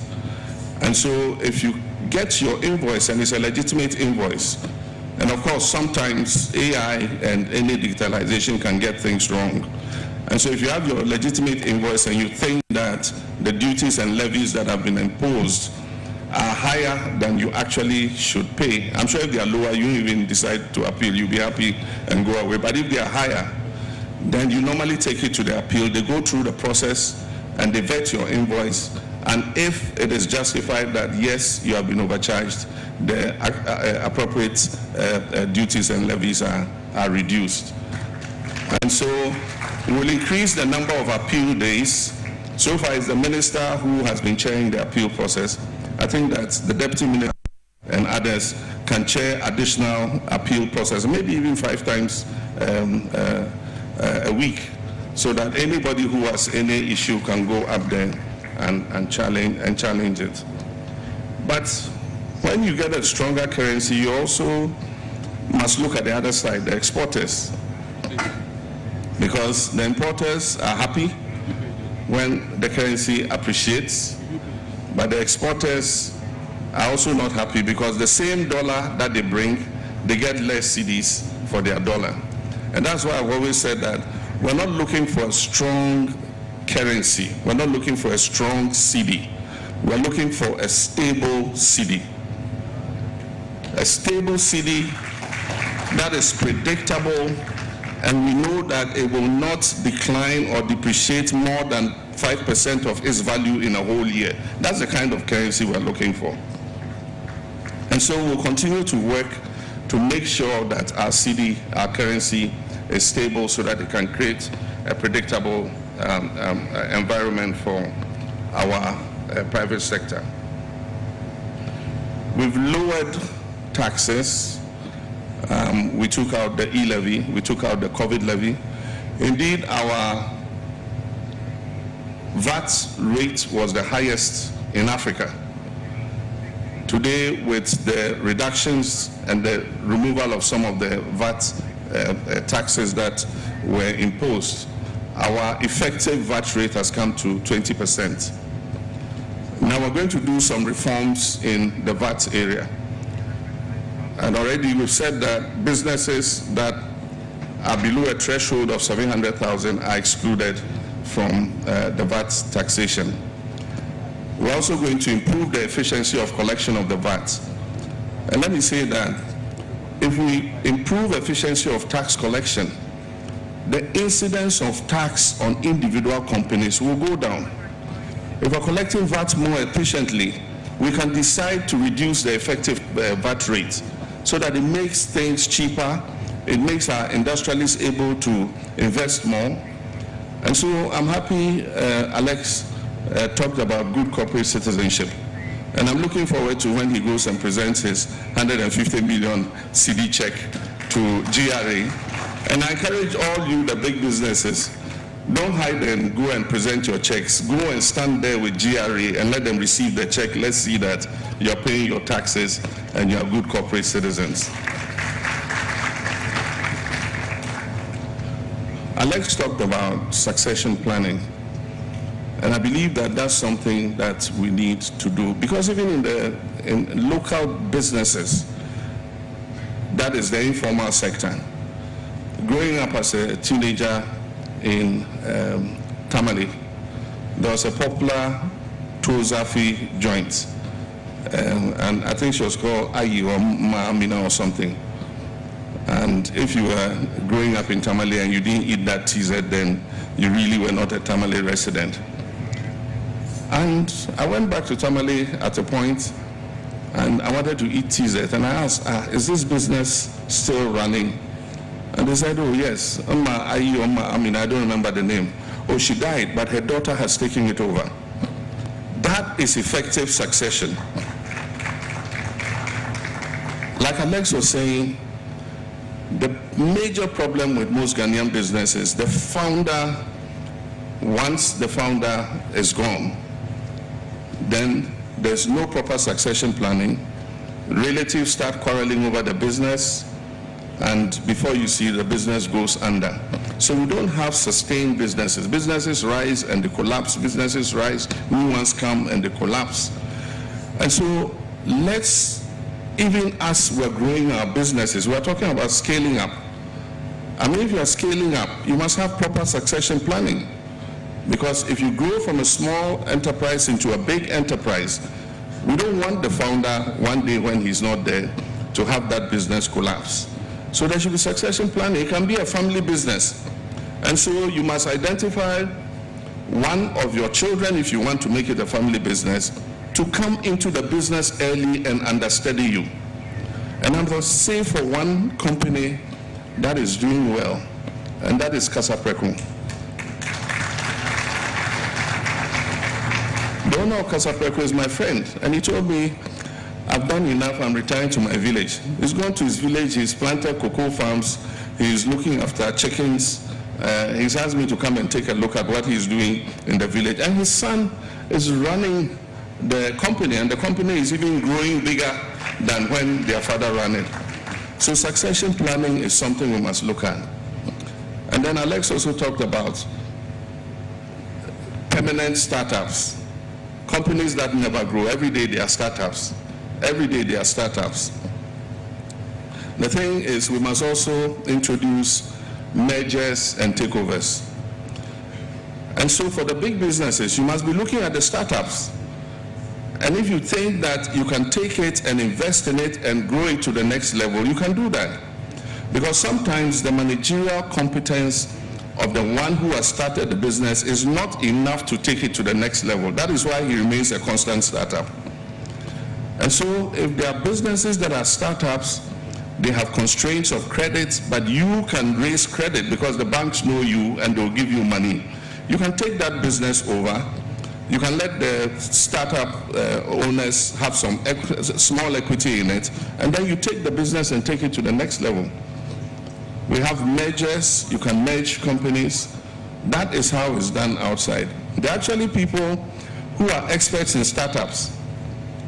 And so they take a business, they grow it, it has a lot of potential, and then he looks for a big company and he sells it off, and the company takes it over. He takes the money, goes and invests and starts another business.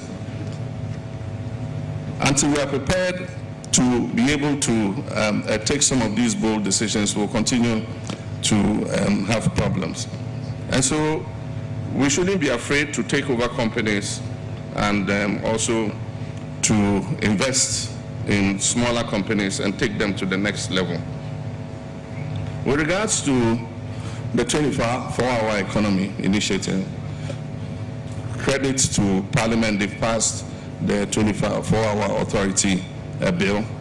And so we're in the process of setting up the offices and employing the officers into the authority. They'll begin the registration of companies under the 24-hour initiative. And I believe that there are many companies that already are working multiple shifts. Centuo and all of them are already working multiple shifts. So many of them would be among the first to register their companies as 24-hour initiative companies. And there are several incentives you will get. I announced one of them. If you decide to expand your factory and you're bringing plant and equipment, you bring it in duty-free.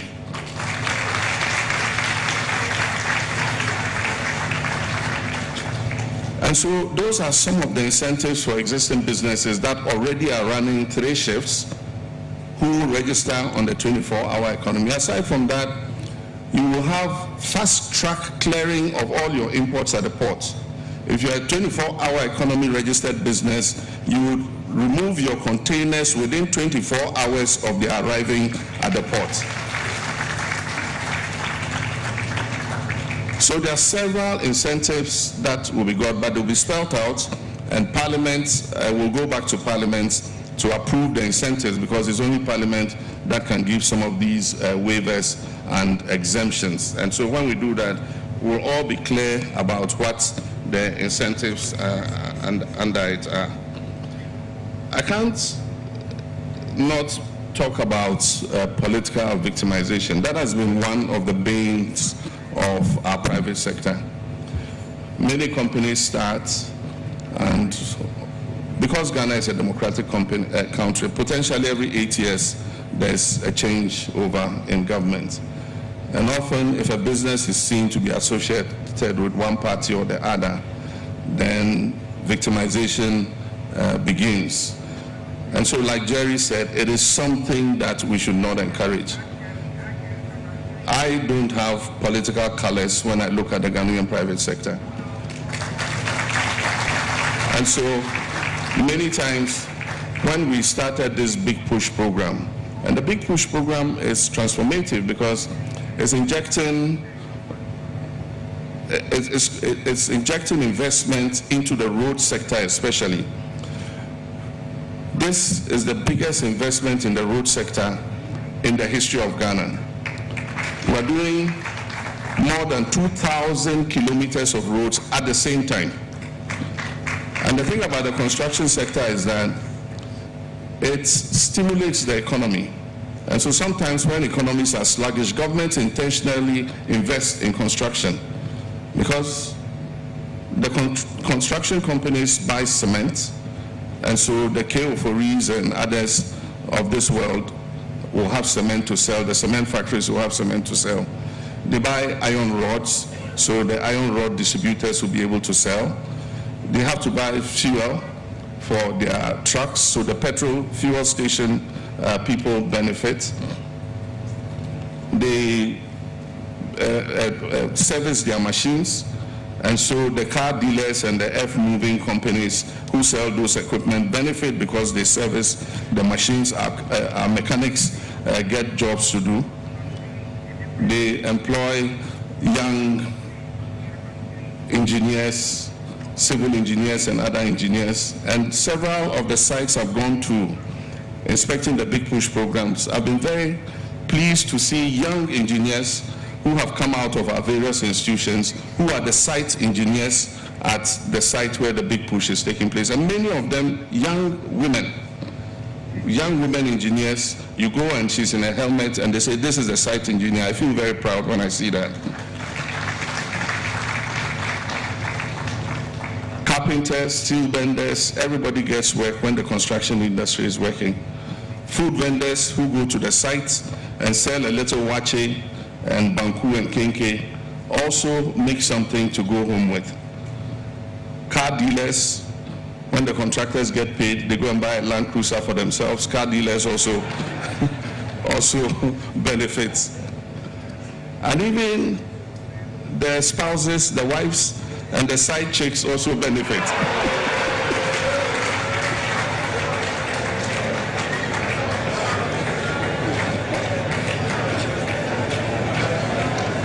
Because when they are paid and they get something, they give their wives and side chicks, you know, some of the money. And that's an important avenue because you know where that one too goes. When the spouses and the side chicks too get, hairdressers get, dressmakers get, jewelry shops get, handbag sellers get. So don't discount that one at all. You know, so let me get back to the point. So when we were doing all this Big Push program, you know, somebody came and said, look, they're distributing it, they're giving it to MPP contractors. And I said, and so? Don't they have the capacity to do the job? Oh yes, they have, but they enjoyed when their party was there. It's time for NDC contractors too. And I said, look, they have the capacity, they have the equipment, they employ Ghanaians, they don't employ Togolese or people from some other country. And so why not? Anybody who has the capacity to be able to move the project should be given it. Because for me, it's not about who does the project. For me, the credit is that at the end of my term of office, I was able to repair all those roads, no matter who did it. And so, political victimization is real, but I also encourage companies to become independent We must not all rely on government supplies. And so there are people whose businesses are built on government patronage. And so if government changes, then easily it says, oh, okay, we won't do this for you. We've canceled this contract, we've done this. There are a lot of companies, government really has to even encourage them and reward them for what they are doing. And so we must create an environment where the regulation is fair, everybody has the same opportunity, and everybody is able to get a good return on their investment. Because if our private sector gets a good return on its investment, then it's going to reinvest that money to expand their businesses or even to put it in real estate. And that, all that goes to improve the gross domestic product of Ghana. And so we should look at that. One of the major areas that I must talk about is the power sector. The power sector has been a drag on Ghana's economy for a long time. And so when we came into office, we made our minds that we will fix the issues in the power sector. And I'm pleased to report to you that we have cleared up a lot of the debt in the power sector. When we came into office, we had a debt overhang of about $1.7 billion, not cedis, dollars, owed to the independent power producers. We sat down with them, we agreed on a roadmap. Since Ghanaians were all taking haircuts from the debt restructuring, we told them they also must take haircuts. And so they agreed on the haircuts. I think it amounted to about 20% of what was owed. And then we also agreed on payment terms.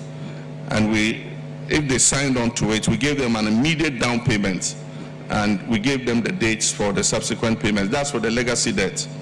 And I must say that since we signed with them, we've been meeting those payments regularly. But the good thing is, the best announcement is, we are keeping up with their present day bills.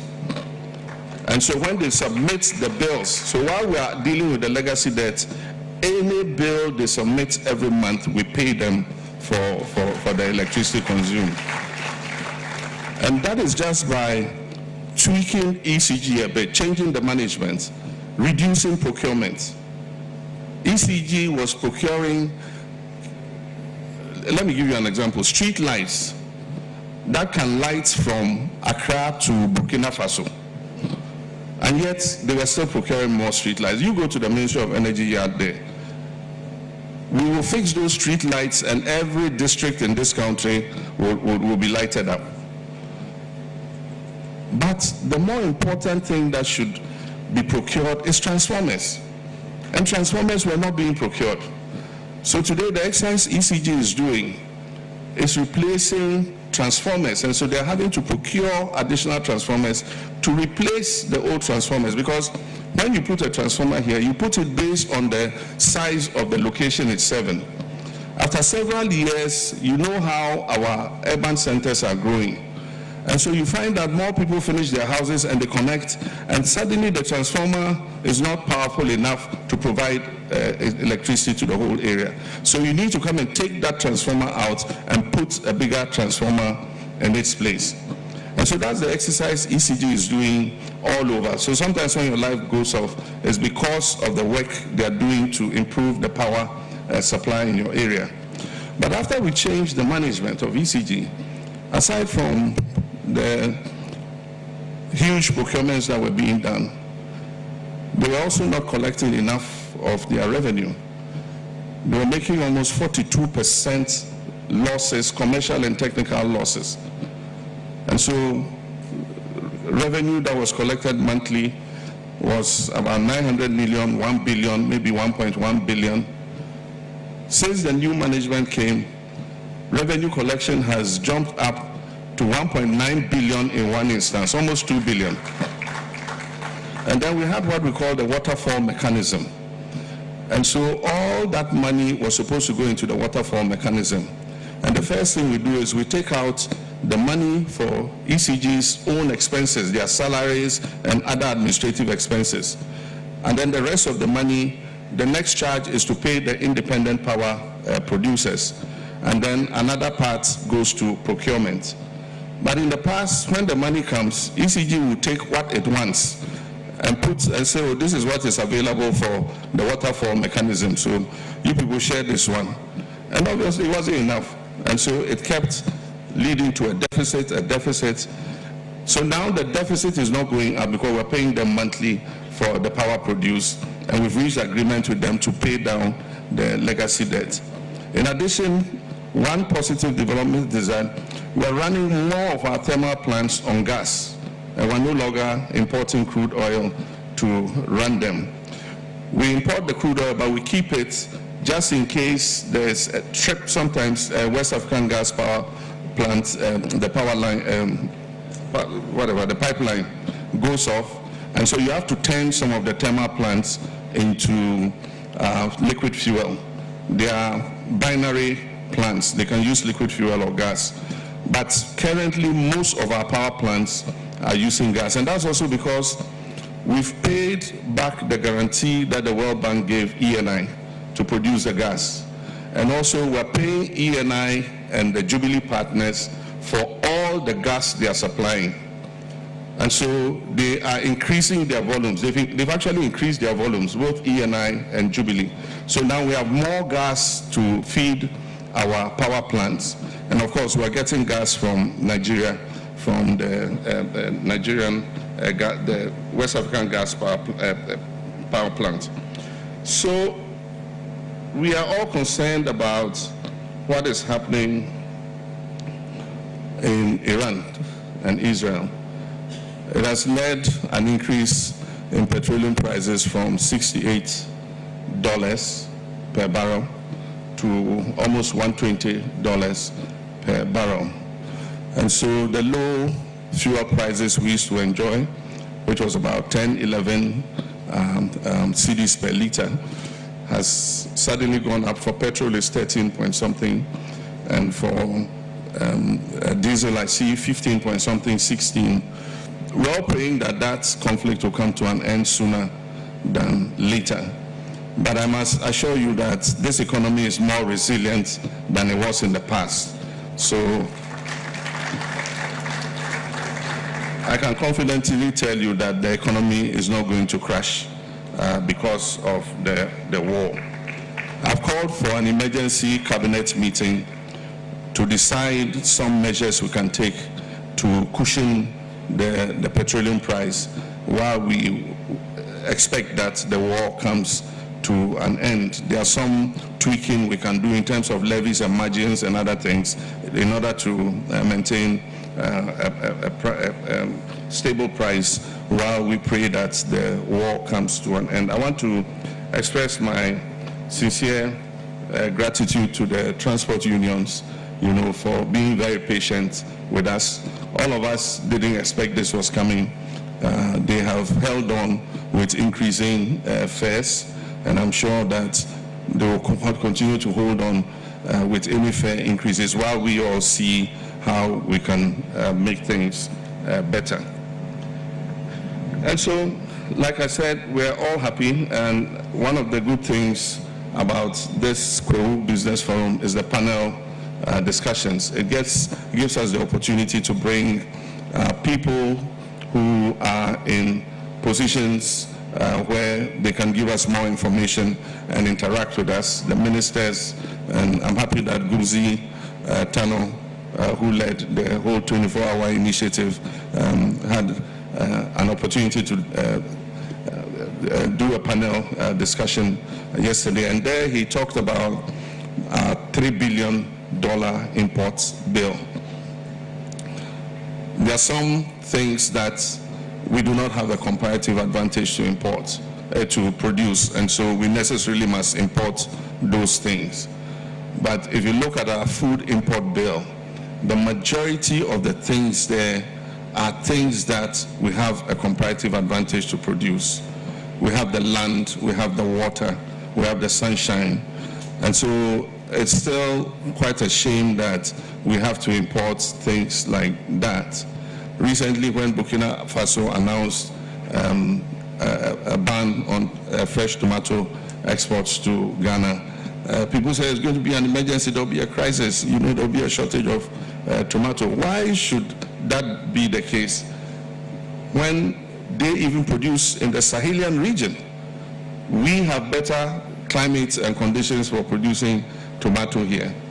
But it also triggered a response. And so the Minister of Trade, the Minister of Agriculture, Minister of Finance have come together to initiate crisis tomato production in Ghana. So we're building 60-hectare irrigated lands that would have water for all year-round tomato farming.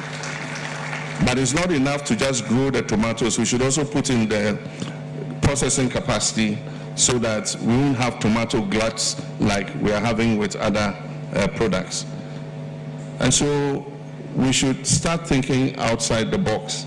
The Minister of Finance is going to come to Parliament with a comprehensive document on the new economy we want to build in Ghana. And so when it's ready, we'll circulate it, you'll take a look at it, it will come to Parliament, the people's representatives will debate it.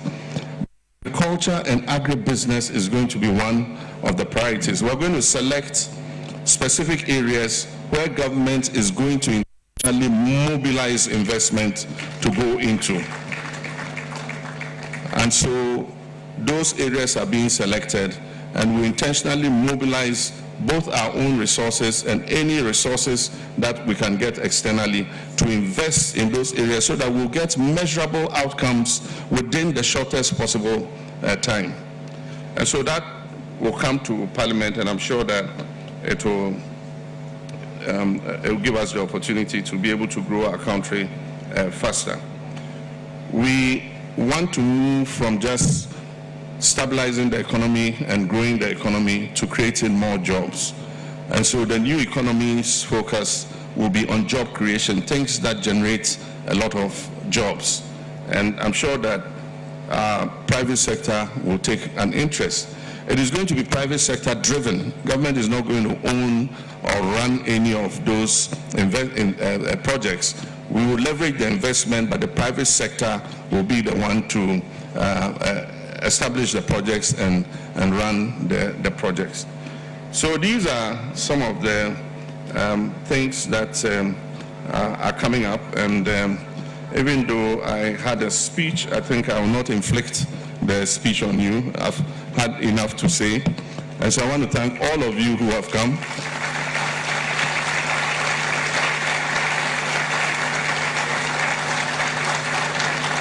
And to say that we will welcome you again next year. When you come next year, there will be better road network, improved roads, and maybe the convention center would have started.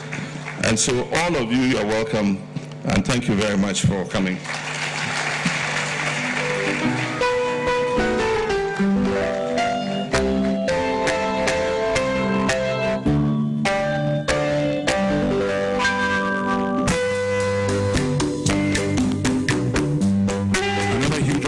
For His Excellency the President.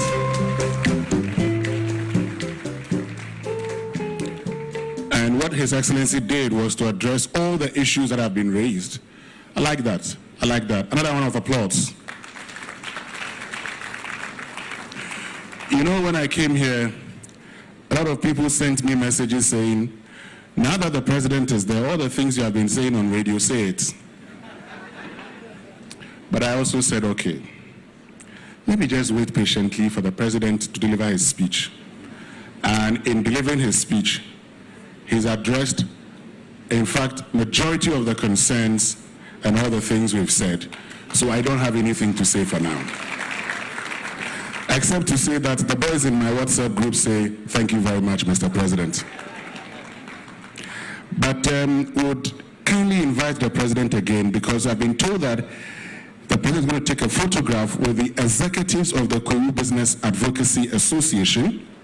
We'll take that picture here on stage, and after that, Nananum would also join the President, the chiefs, will also join the president. So we're taking 2 photographs with the president. First would be the executives of the Kwahu Business Advocacy Association, just the executives of the Kwahu Business Advocacy Association. Please join us upstage for a group photograph with His Excellency the President.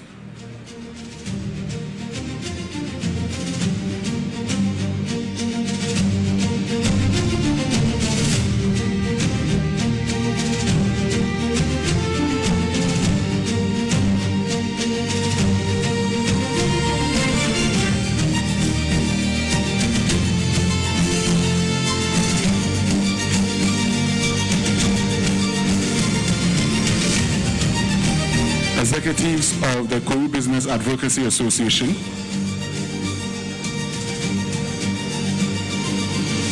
Please come up stage and take a photograph with His Excellency the President.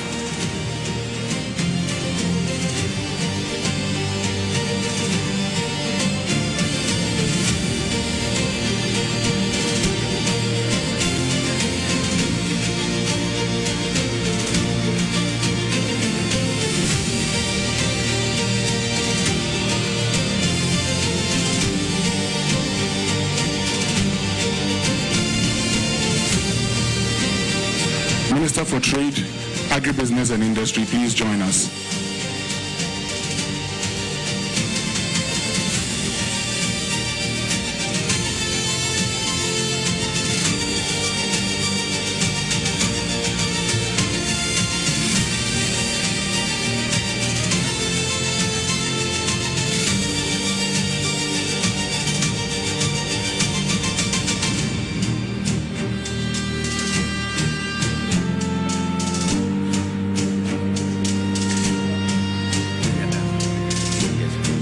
Thank you very much, the executives of the Kwahu Business Advocacy Association. Thank you very, very much. The President will now take the last photograph with the chiefs. So we'd invite Nananum to please come on stage and join the President.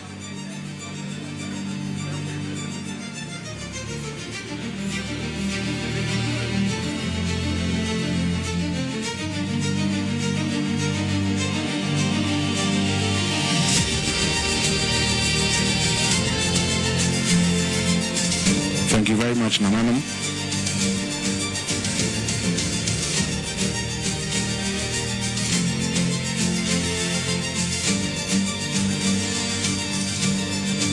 And the Honorable Chief Justice, please join.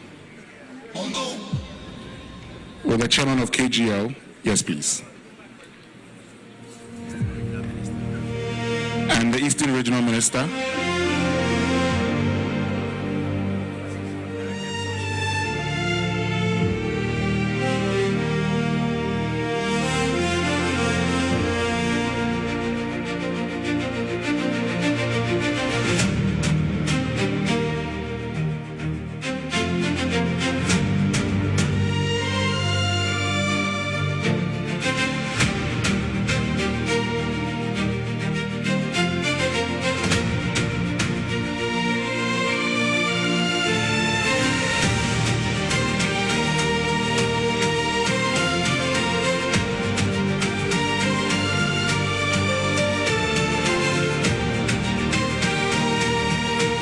Thank you very much, Nananum, and thank you very much, Your Excellency, the President of the Republic of Ghana.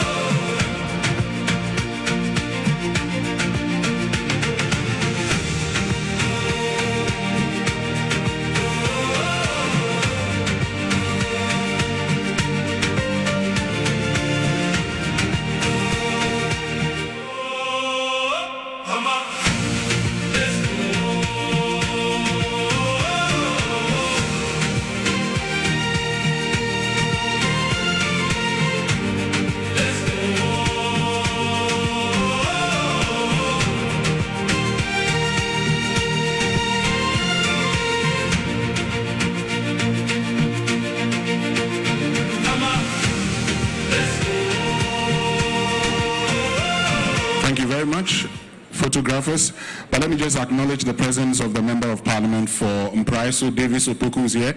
Just give us a wave. Thank you very much. Davis Opoku, OPK, we called him when we were at the university. I'll tell you his story another day.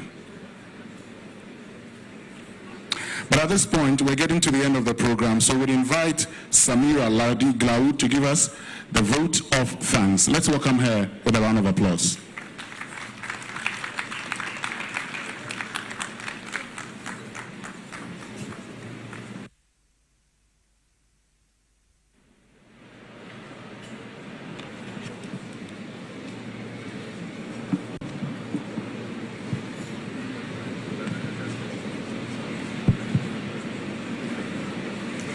Your Excellency, the President of the Republic of Ghana, John Dramani Mahama, the Chief Justice, Honorable Chief of Staff, Honorable Members of Parliament, distinguished traditional leaders and chiefs, captains of industry, our esteemed sponsors and partners, invited guests, ladies and gentlemen, good afternoon and a happy Easter to you all.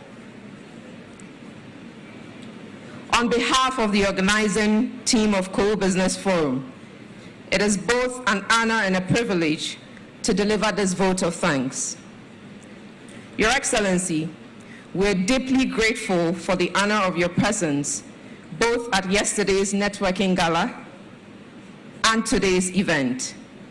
Your continued engagement sends a strong and clear signal of your unwavering commitment to private sector growth, investment promotion, and the long-term economic transformation of our nation. To our distinguished guests, we extend our sincere appreciation for your presence and active participation. Your contributions have enriched the dialogue and strengthened the purpose of this forum. Your Excellency, your leadership continues to inspire confidence in Ghana's private sector. Thank you. Your presence has not only elevated this gathering, but has also set a purposeful and energizing tone for all involved.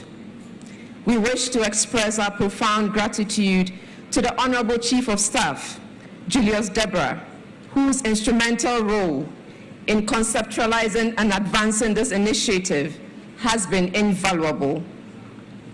Through his leadership and in alignment with Your Excellency's vision of deepening public-private collaboration, this forum has evolved into a vibrant platform.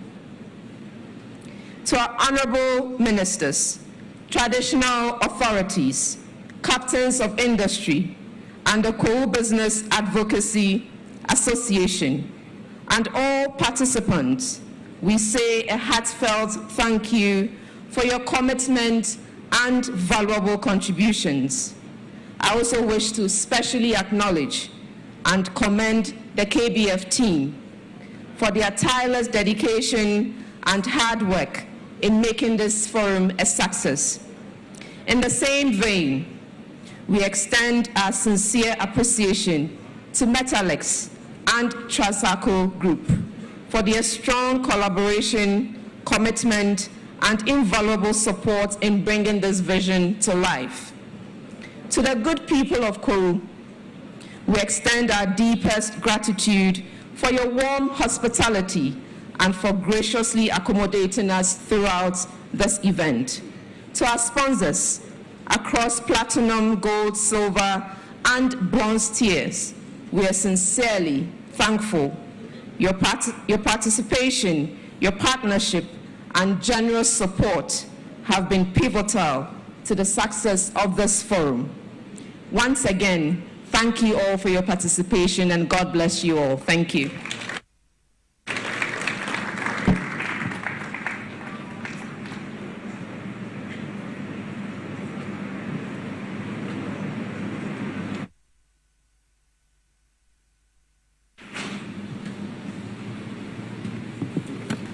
Thank you very much, Samira. A few announcements before we go. Now, After the departure of the president, we would actually have partners and sponsors private networking session moderated by Adams Karim. Now, that is what would happen after the departure of the president. At this point, we shall have the national anthem, and right after the national anthem, the President of the Republic of Ghana, His Excellency John Dramani Mahama, and his team would leave us, and then the rest of us would stay in here and have the partners and sponsors private networking session. Shall we please have the national anthem?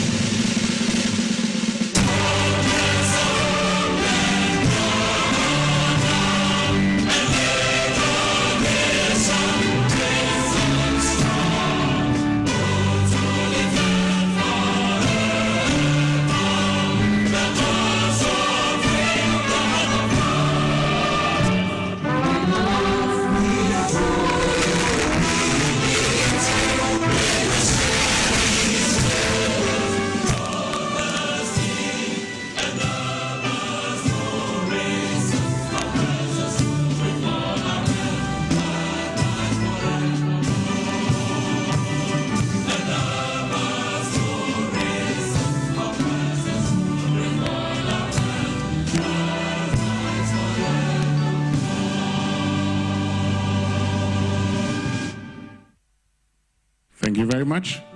The President shall now leave us.